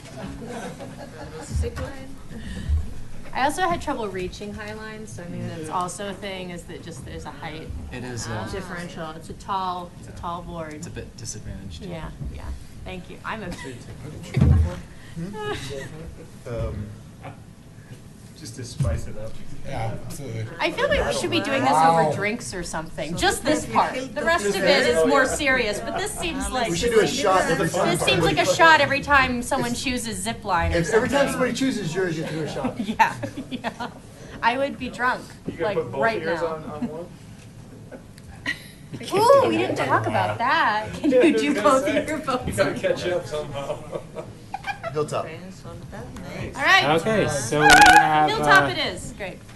so our three choices are Adventure Park, Hilltop Park, Skyview Park, no priority.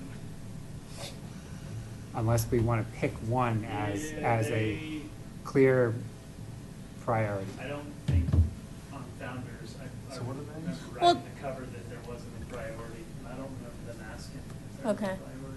So is everyone okay with the three names going forward with no priority, or do we want to No priority. No priority. highlight one as the, okay. What was the Let's first two? put the Adventure and- Adventure priority Park. first. Skyview Park and Hilltop Park. Yeah.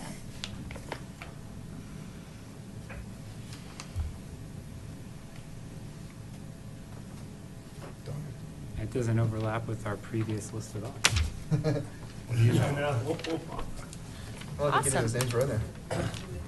But again, remember, on the previous Torrey's list, we was wanted in people to Sunset. play with it a little bit, is start naming it, South right? side. Well, in the South previous side. list, two of them were either Eagle or El Dorado. Yeah. But, you know, The I other think it's a good ones- idea to let people play with it and maybe get some new names. All right. Okay, Woohoo! so let's move forward to project teams. So we didn't actually have any project teams last year, but in previous years, we have done this to have little subgroups within the committee work on specific areas of interest. And the project teams that we had kind of identified for this year were going to be indoor space, have a subgroup that if we do go down this route more deeply, that kind of work on some of the indoor space stuff outside of the monthly meeting. So, you know, if there's 2 or 3 people that want to volunteer for that. And then, and we've talked for a couple years now about trying to work, do some type of like mountain bike alliance. You know, some group that's focused on maybe promoting the town's trails for mountain bike use. And then the PROST master plan, whether we want a group to work on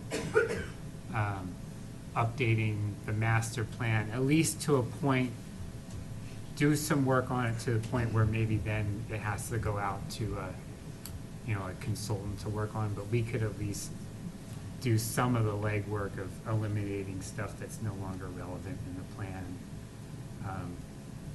to hopefully get it to a point where it's not essentially gonna cost as much to the town to update out of pocket. We can do some of the work ourselves. And then the fourth one, this could, in my mind, be potentially combined with mountain bike, but just trail maintenance. If we want a group that is focused on possibly trying to do a or multiple additional trail maintenance days like we did last fall with Coyote Ridge. Try to, work with staff to organize a couple more volunteer days for trail maintenance. So, if anyone is interested in identifying themselves as a candidate for any of those, speak up. Just kind of the top one I had on the list was indoor space.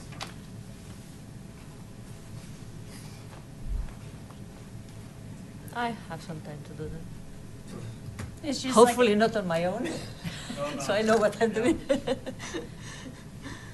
it's just like an extra time or two a month, like just to, It, or whatever. it could be It could as be a- little as almost no time to maybe a couple, during the year, a couple meetings. Oh, okay. And I would say that a lot of this, kind of looking at our previous ones, it's probably a few more emails from me Mhm. on status kind of updates. And then if I'm having some kind of conversation with the consultant or working on a timeline, the person within PROSTAC is part of that, and then you are the one who kind of reports that to the group at that next Wednesday meeting. So Okay. it's kind of just helps focus in a little bit on the communication. So just so I'm clear, the master plan would be more of a big picture, town-wide, versus the indoor space being more specific to just. Well, no, the master plan would be. Yes, reviewing the document. Yeah. Yeah. Going- But there's a lot of other stuff in there. Yeah, So, we're going through it and trying to help update it as much as we can without. You want to. I'm torn here, I only have so much time. I can help out on the indoor space.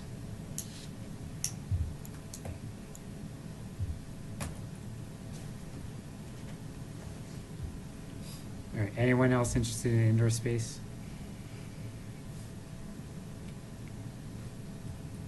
I will identify myself for all of these, basically. Yeah, I was gonna say indoor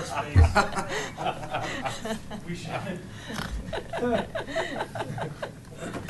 I can't be the only member of a Show project off. team. But I'll do trail maintenance as well. trails, Yeah. okay. I will say that, that trails maintenance one and the mountain bike will, What is a Working mountain our bike volunteer. thing? Is she, So, do you have a new one? where we posted, we're gonna turn that into a part-time position, posted this out. But Tori got a teaching job. anyone else interested in trails, and then I'll talk about the mountain bike. Anyone interested in I'll do trails? we down for trails and mountain bike. So Or mountain said bike. Trails and mountain bike? Yeah. So mountain bike, both Boulder and Erie have what they call like a mountain bike alliance. It's basically like community volunteers that promote, it's almost like a club in those communities where they organize mountain bike rides, but they promote the use of the trails for mountain bike riding. They'll get involved in trail maintenance or trail construction. They're very synergistic with the trail maintenance thing. Yeah. I used to be a part of one in Texas and helped establish it a little bit, the Brazos Valley Mountain Bike Association, So that's That why sounds I pretty think we nice. could potentially almost combine the mountain bike and the trail maintenance because they are almost hand in hand. But we do also have the bike park, which I would kind of also lump under the whatever mountain bike group we do. So it's really, I don't think we're gonna be doing it as much of like a club aspect as we're more gonna focus it on organizing it for trail maintenance, but also maybe trying to do some outreach to the town, particularly with Coyote Ridge, and saying, you know, this is a great amenity for not just people walking their dogs, but for mountain bike usage. Because originally, Coyote Ridge was intended as a mountain bike trail, and that's not really what it's used for now, but. Yeah, my thought in this is, you know, you can do it as a couple things and then watch it evolve over the years. This is kind of what we did in Texas. So you start off with, you know, saying, kind of an outreach saying, here's the trails that are available. We're going to start organizing maybe group rides for different levels. So people who have never been on a mountain bike and want to get out there, you know, they can go out with somebody who's experienced with mountain bike and then get more people accustomed to it.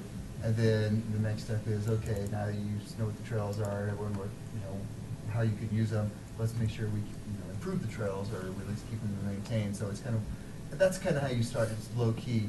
Then eventually it ends up, if you do it right, it ends up almost kind of like the running club as a club, and you know they have organized rides and organized maintenance constantly with memberships and whatnot. But as a start, that's what you do. Get people exposed to it. You offer group rides so that you can get new folks to see what it's like. Patrick, I haven't actually seen very many emails for the running club. Is that It's still there. gone I inactive? get one every week. You know what? Yeah, I don't know who's still on the list and who's not. I get mine. It gets every week. I mean, Yeah, I haven't seen it anymore. I always say I'm gonna go. I just because you were don't removed make from the list. I was banned. All right, so anyone else interested in mountain bike? Again, we might kind of combine this with trail maintenance, so we'll see. Don't look at me, I don't mountain bikes. All right. Yeah, we had another member who was enthusiastic about it, and she's not on the Well, you know, I committee talked to, anymore. I can't remember his name, but I talk to him all the time, the guy over at Delta Stop. So he just bought the place out, right? Sunny, there you go. He just bought it out. Yeah, he's willing to. So, you know, I'm sure he'd be willing to come up and talk to folks and, you know, because he can pimp his business because he rents out bikes. Yeah. So. Oh, does he? Yep. All right. So that leaves master plan. That's me. Corey. You're I'll- Mr. Master. Well, if. I'll if- jump okay, in. okay. Both, do it too. So both Naria and Kelly? Well, he said he wants to I'm do in. it. I don't know how many people you need or how. does it- So this one. How old is this master plan? Is really the 2005. awesome. This sounds- Mature. So, It's almost, we'll be driving soon. of these Taking stuff out that's already done. project teams, the master plan and the indoor space probably have the potential for the most work. But then again, Like that. the master plan actually could take a lot of work on the part of just one or two people, and then a little bit of work of another one or two people, depending on how much time you have and you're willing to give. But to actually sit down and start reading through the whole thing and like redlining it and everything, we probably don't need four I'm- people to do that. Loads of Yeah. That one or two of us could probably start that process and then meet Okay. with the other, you know, one or two people that are interested to review it. So, Okay, put me down. I'm in. We'll do it. okay.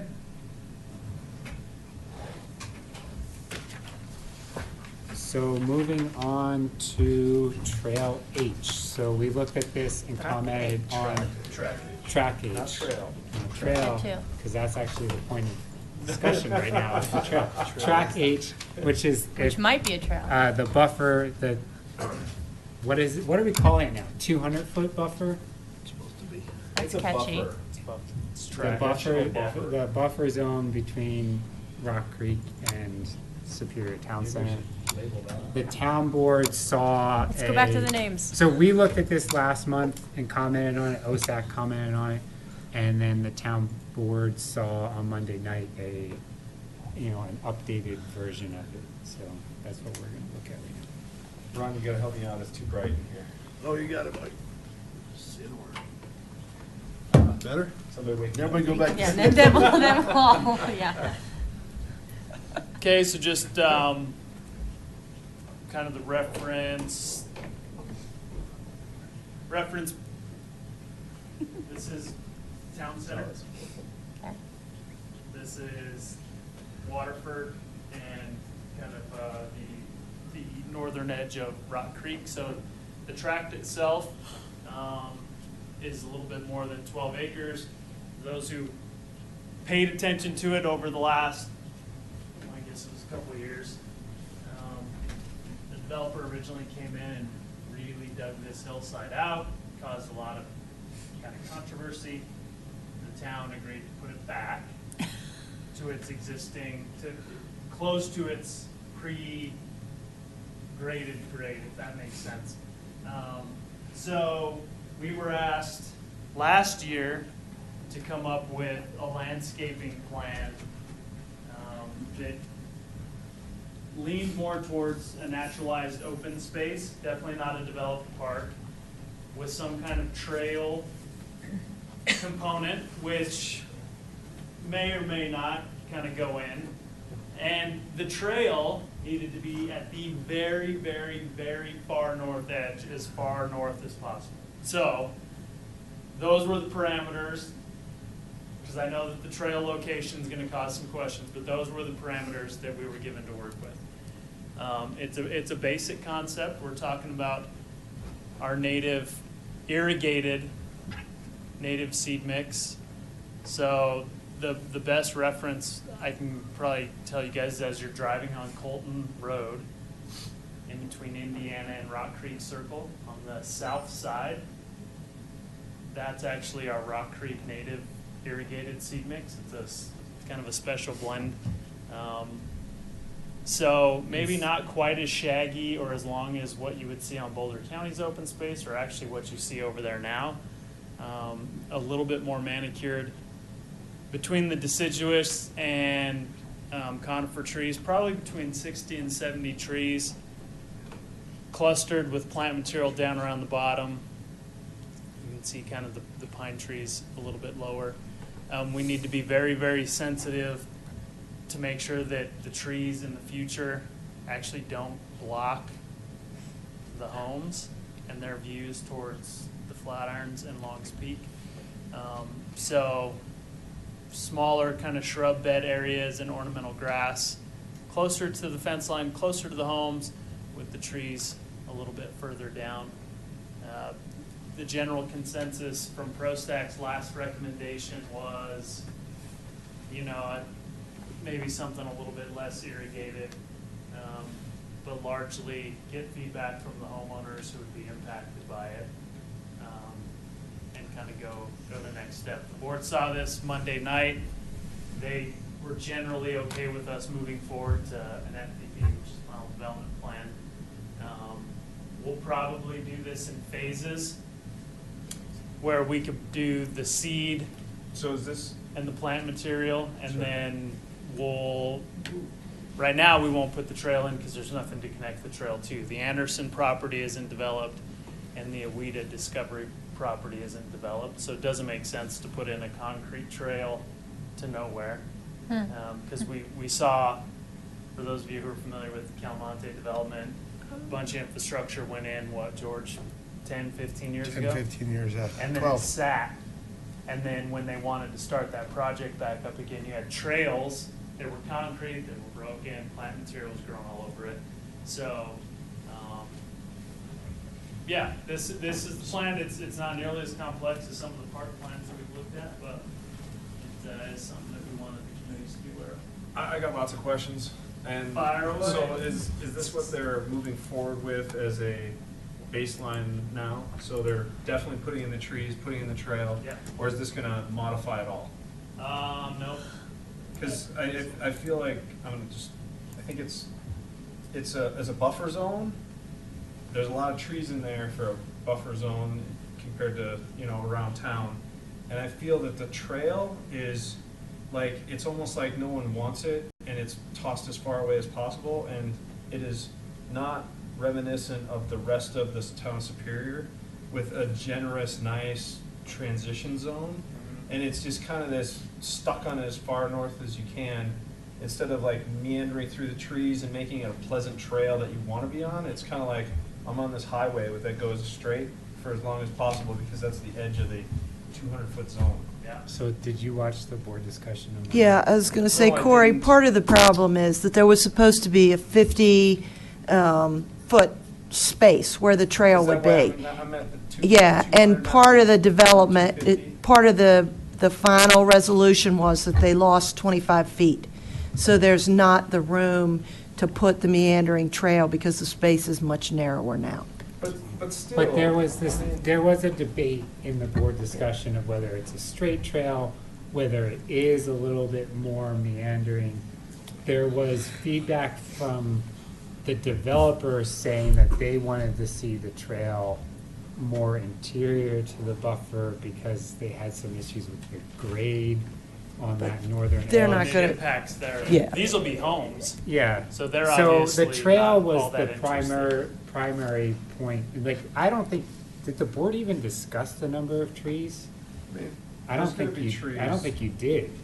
It We was did all not, trail. because this recommendation was approved by the residents, and so from that standpoint, the Okay. board, I But don't think the the board real had any debate- intention Residents, what of residents, removing Sandy? trees. Those- This I met don't with what know. we heard from the community that they From wanted. Weatherford or Waterford or Yeah. whatever? Yeah. They want the trail there. huh? But the debate amongst the board Really really is. was this trail. Sandy, do you feel that the board needs any further comment from PROSTAC at this point? It sounds like no. No. It sounds like- My opinion is probably not. This was more of an informational thing. I mean, I'm just expressing that. yeah, I feel like believe it's that the very trail will stagnant not be and- put in initially. Yeah. So, the trail could always evolve. I mean, I don't think And it, that's my Yeah. concern Is is the that. developer on the hook for the trail? The No. developer Why didn't is pay for not the any of developer this. on the hook for the trail? This entire It's all- yeah. landscape. I have one question. Why is not the developer hooked on the trail for paying for the trail? Well, That is they're my not even question. paying for the. but this valid doesn't, this is question, not their that's- land. This is town of It's not Superior their land. This is No, not, they're this has residents. nothing to do with the developer, Isn't it? with It's a Superior valid Town point, Center. George, but it's not I got the another one. agreement with the So, developer. did you say this is unmowed and just natural native grass?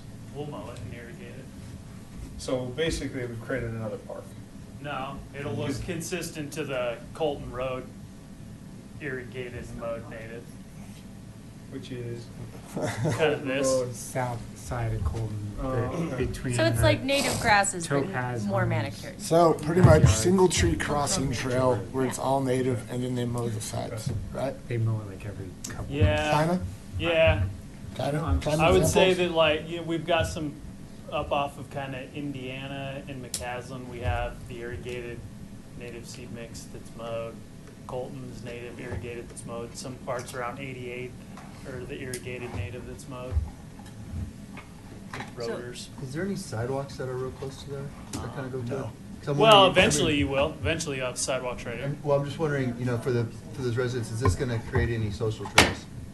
Yes. Andy? Yeah, social trails are already all the way through there. The biggest social trail is the Is that Frico one? Ditch Road right here. Yeah. That'll be where everyone goes. I mean, the only comment that I would add to the discussion is one that actually the mayor made, which is that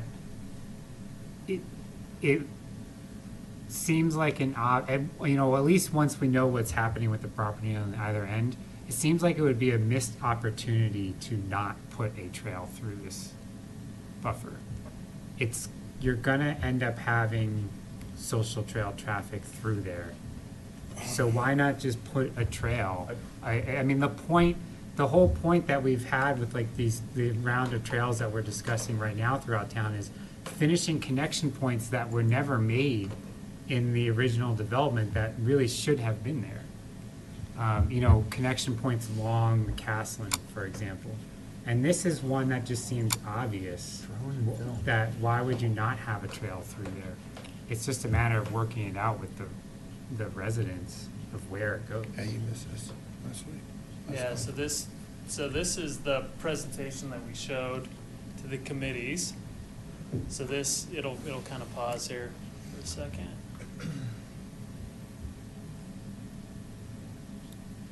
So this is generally the area that we're talking about.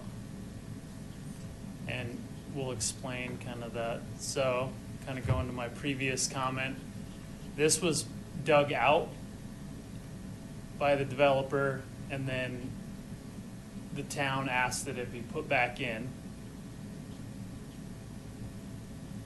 What was there before?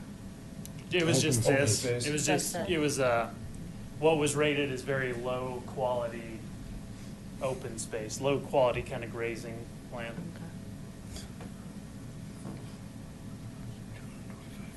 All right, so there's the 50-foot FRICO easement, and then generally 225 from the barbed wire fence to the end of tract H or the end of the buffer.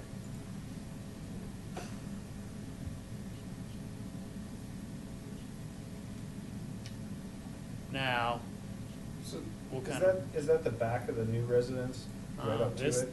this right Yeah. here, this drainage swale Right. catches the drainage from Rock Creek. And that, if you watch it, that was one of the items that was debated. So the drainage cut is within tract H.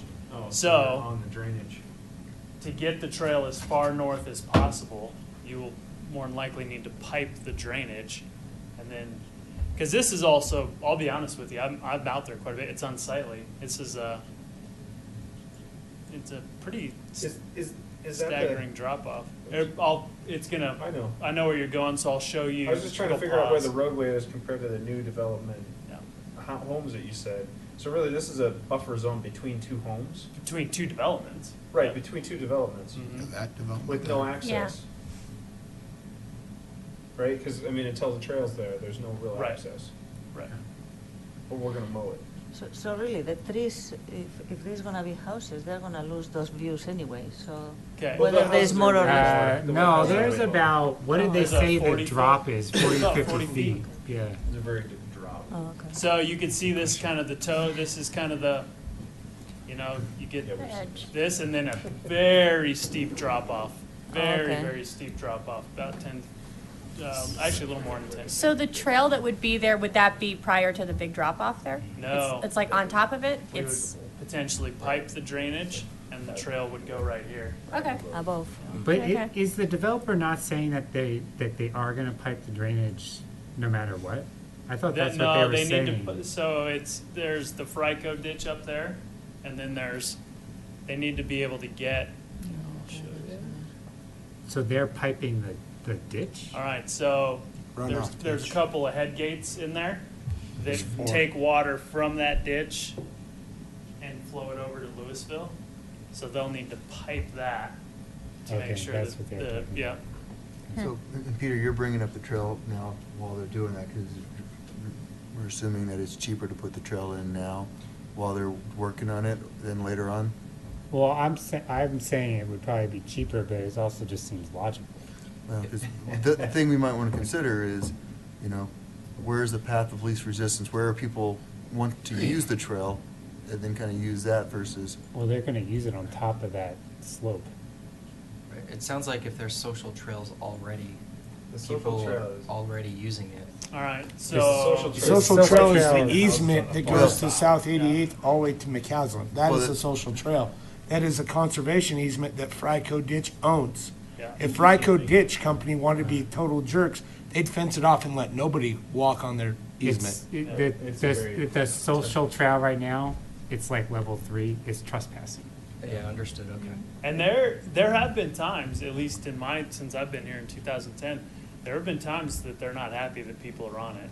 Generally, So- everybody kind of gets along. By But- putting a trail here, we would basically be directing people away Right, from right. using Yeah. the ditch That would road. mitigate that issue a little bit, right? Mhm. Of people walking where they shouldn't be walking by having a real trail.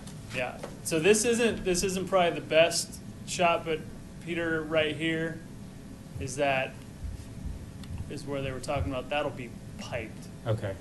And that continues all the way over to basically the ped crossing, kind of by where Vista Hospital is. Corey, to your point, this is future block 26. Right, so that's the road. So this is Right. generally the Generally, future I mean. road. So now there Maybe is. Back of houses. Yeah, back of houses here, there's this kind of, in addition to tract H and the 225 feet, they have on their side a 25-foot no-build zone. Right. But they could do a fence, so. So basically, we're saying that the path will be right in the backyard of the new development Yeah. versus in the middle of the buffer zone. Well, Correct. 25 feet from their backyard. Well, yeah, 25 Well, can the feet from their 25 structure. foot no build be part of those homes' backyards? Yeah. Yeah, Okay, so 25 feet from their the structure, Yeah. from the back, yeah, so you have a 25-foot yard and then a trail. It's just, to me, I express concern about flexibility of the trail in the future to maybe not have a straight alignment and have at least some, sense of you're not on a highway, you're on a trail that meanders through an open space. And especially if we're mowing that space and it's gonna end up, maybe not this manicured, but it's gonna be a manicured space, and you're basically forcing people onto the edge of that space versus actually seeing and utilizing and feeling the space. I mean, it just seems like, everyone's all about the outdoors and the trails and getting out there, and we're pushing them into the backyard on one side and saying, oh, there's 200 feet over there that, I guess if you wanted to, you can have a soccer game or pick up whatever, but, Well, ultimate frisbee. and I would just stress the low impact usage of a trail versus what you just said of like someone kicking a soccer ball. Well, If it, I agree. so if the trail were say 10 feet further into the buffer, I mean, is that really going to impact the Rock Creek homes that are still like 240 feet away? Because you have the 50-foot FICO and then the 200-foot. So if you put it 10 feet in, they'd still be 240 feet from the backyards of those Rock Creek homes. And then they would be 35 feet from the structure of the the town center homes. Is that really too much to ask? The rest of it seems fine to me. You have some trees, you have some shrubs, some plantings, some native grasses that you're mowing, but the trail just seems extremely forced and not an experience. It's more of a point A to point B that's been put in. But the social trail that people have been using that is on this easement is basically a point A to point B trail, right? Right. Well, And it's used a lot, way right? closer to the Rock And Creek it's- homes right. than this trail would be. Right, I but mean, are Rock we Creek not doesn't creating want this trail close experiences? to their homes. But what I'm saying is, Right. there's people recreating essentially much closer to the Rock Creek homes now when they're on the ditch road Right. than they would be on this trail. So if we create this trail to basically eliminate usage of the ditch road, we're actually getting users further away from the Rock Creek homes. Even if this trail were at the south edge of track H, those users would still be further away Than they're from the Rock currently Creek at. homes than if they were on the ditch road. It's Right. going to be fairly straight, but with the contours out there, you'll have a little bit of in and out and up and down and all that kind of stuff, and it just makes for a more enjoyable experience out on the trail. Well, For me. I guess I'm not understanding. I thought that when Patrick presented this, that there were like two things that we had to do, and one of them is it has to be on the furthest north edge, right? I'm- So like, I'm why? saying we can't do anything. Oh, I'm okay. just expressing my concern. I was like, I'm just expressing my Okay. concern that I think the trail's not gonna be built right away, and in the future it'll be built, and I would hope that the board would reconsider Okay. the location of the trail and the configuration of the trail before it's constructed. But You can it put all that goes, in the it contract, That and makes you can sense. quote all, me. it all goes back to the original, that it should never have been torn up. And if it had never been torn up, this discussion would. None of this would have been built, and they wouldn't Well, the have. trail, the that trail 200 discussion would have still That been there. 250-foot buffer, if the developer had not gone in and torn it up like he We're did, gonna pay for that every it'd year. be just sitting there right now. That would be For all the mowing. more of a natural, that's what the Rock Creek residents want. Yeah, yeah. They want the original before the developer No one started even to grade. houses. So that's, I mean, They're looking down. that's why I agree with the Rock Creek residents that should be nothing there, so. Well, 'Cause the but I original- would argue, Ron, that actually the Rock Creek residents, at least some of them, want all these What we argued trees. last month. They want this like tree wall, which is not what was there before it was torn up. There were not all agree. those trees. So there is a little bit, they say one thing, but they mean another. They wanted it untouched, but then they do want the town to enhance the landscaping. Patrick, my only other concern is just that, if we are mowing this, I mean, we've talked about mowing even going out and mowing the discourse just a couple times a year. The cost to mow that versus actually an amenity where people would be using it versus this, there's not even a trail on it, and we're mowing it. It seems like a exorbitant price for an open space buffer. But how often is Colton, that stretch of Colton mowed? It's not mowed regularly. It's like every few weeks. How often is the disc park mode when people are complaining that there's rattlesnakes and everything else? Well, that wasn't every 3 months. mowed. And it was That wasn't for a while, mowed it wasn't at all, ever intended to so- be mowed, but Yeah. Now like it's you said, mowed, was what, this ever like intended to be mowed? twice a summer? I don't think so. I think I would argue staff, somebody that hears from the public quite a bit, if this golf course were sitting between two developments, the back of their houses faced each other, it'd be mowed a bit. Yeah. So it's just, we'll push forward with that plan, and I think the trail discussion will evolve, but. That's all I want. Yeah. Patrick, you didn't have any updates and look aheads. Do we have any? I can't think of anything. Not really. Yes, we have an update, Arbor Day. Oh, that's Well, like- but that's 2 Yeah, months two months from now. out. But yeah, Arbor Day, and we'll, so Nine to noon. the next board meeting, we'll have the name recommendations in the cover memo. So I don't know, are you planning on going to that one?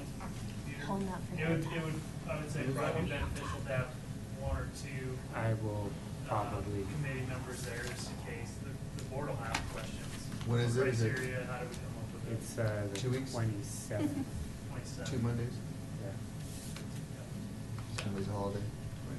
All right, presents. Yeah, that's really about it.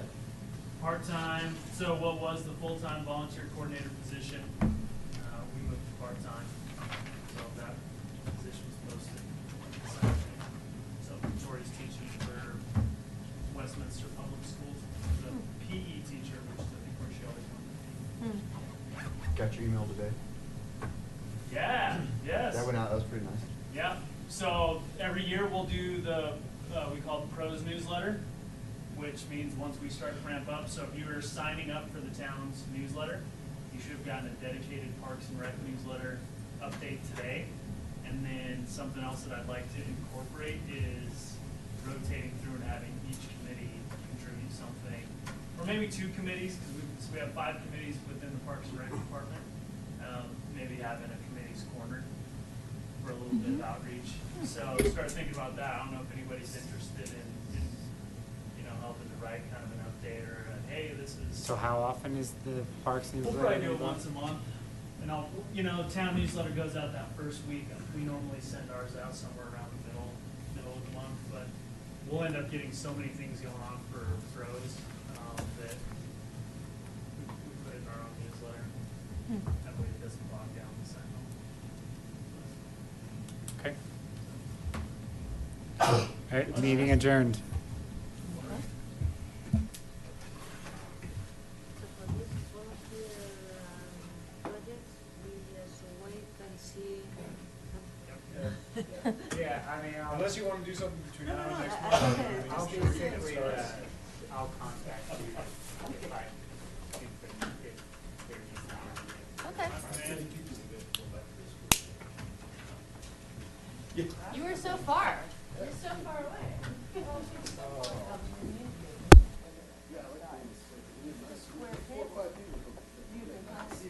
It's weird. Can't have a nice conversation.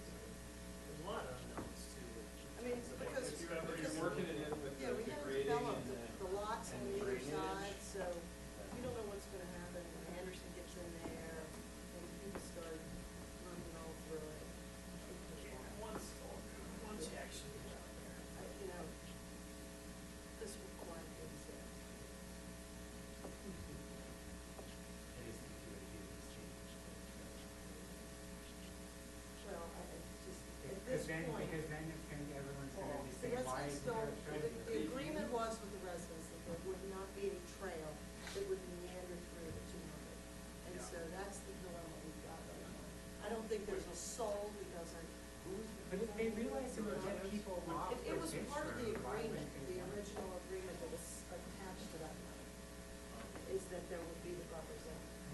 And the buffer zone- every buffer zone- development plan always goes back to the, This trees, goes the- way, way back. we've always shown it. So did you ever see the The development, 1990s. the early development plan where there were like soccer fields and stuff in this? Yeah. Oh, no. That was awesome. You weren't Yeah, around see, for that. see, the long time ago agreement that was made with those residents said that piece of land. Yeah, the annexation agreement. I couldn't think of the name of the. Yeah, and the damn annexation agreement had some, Was it in the documents that were provided by the? Yeah. No, I have to go out and pull it out of my files. And, you know, because it's not on this sheet, it will be on this sheet. But, you know, so it's. Hey. It does what it needs to do, which is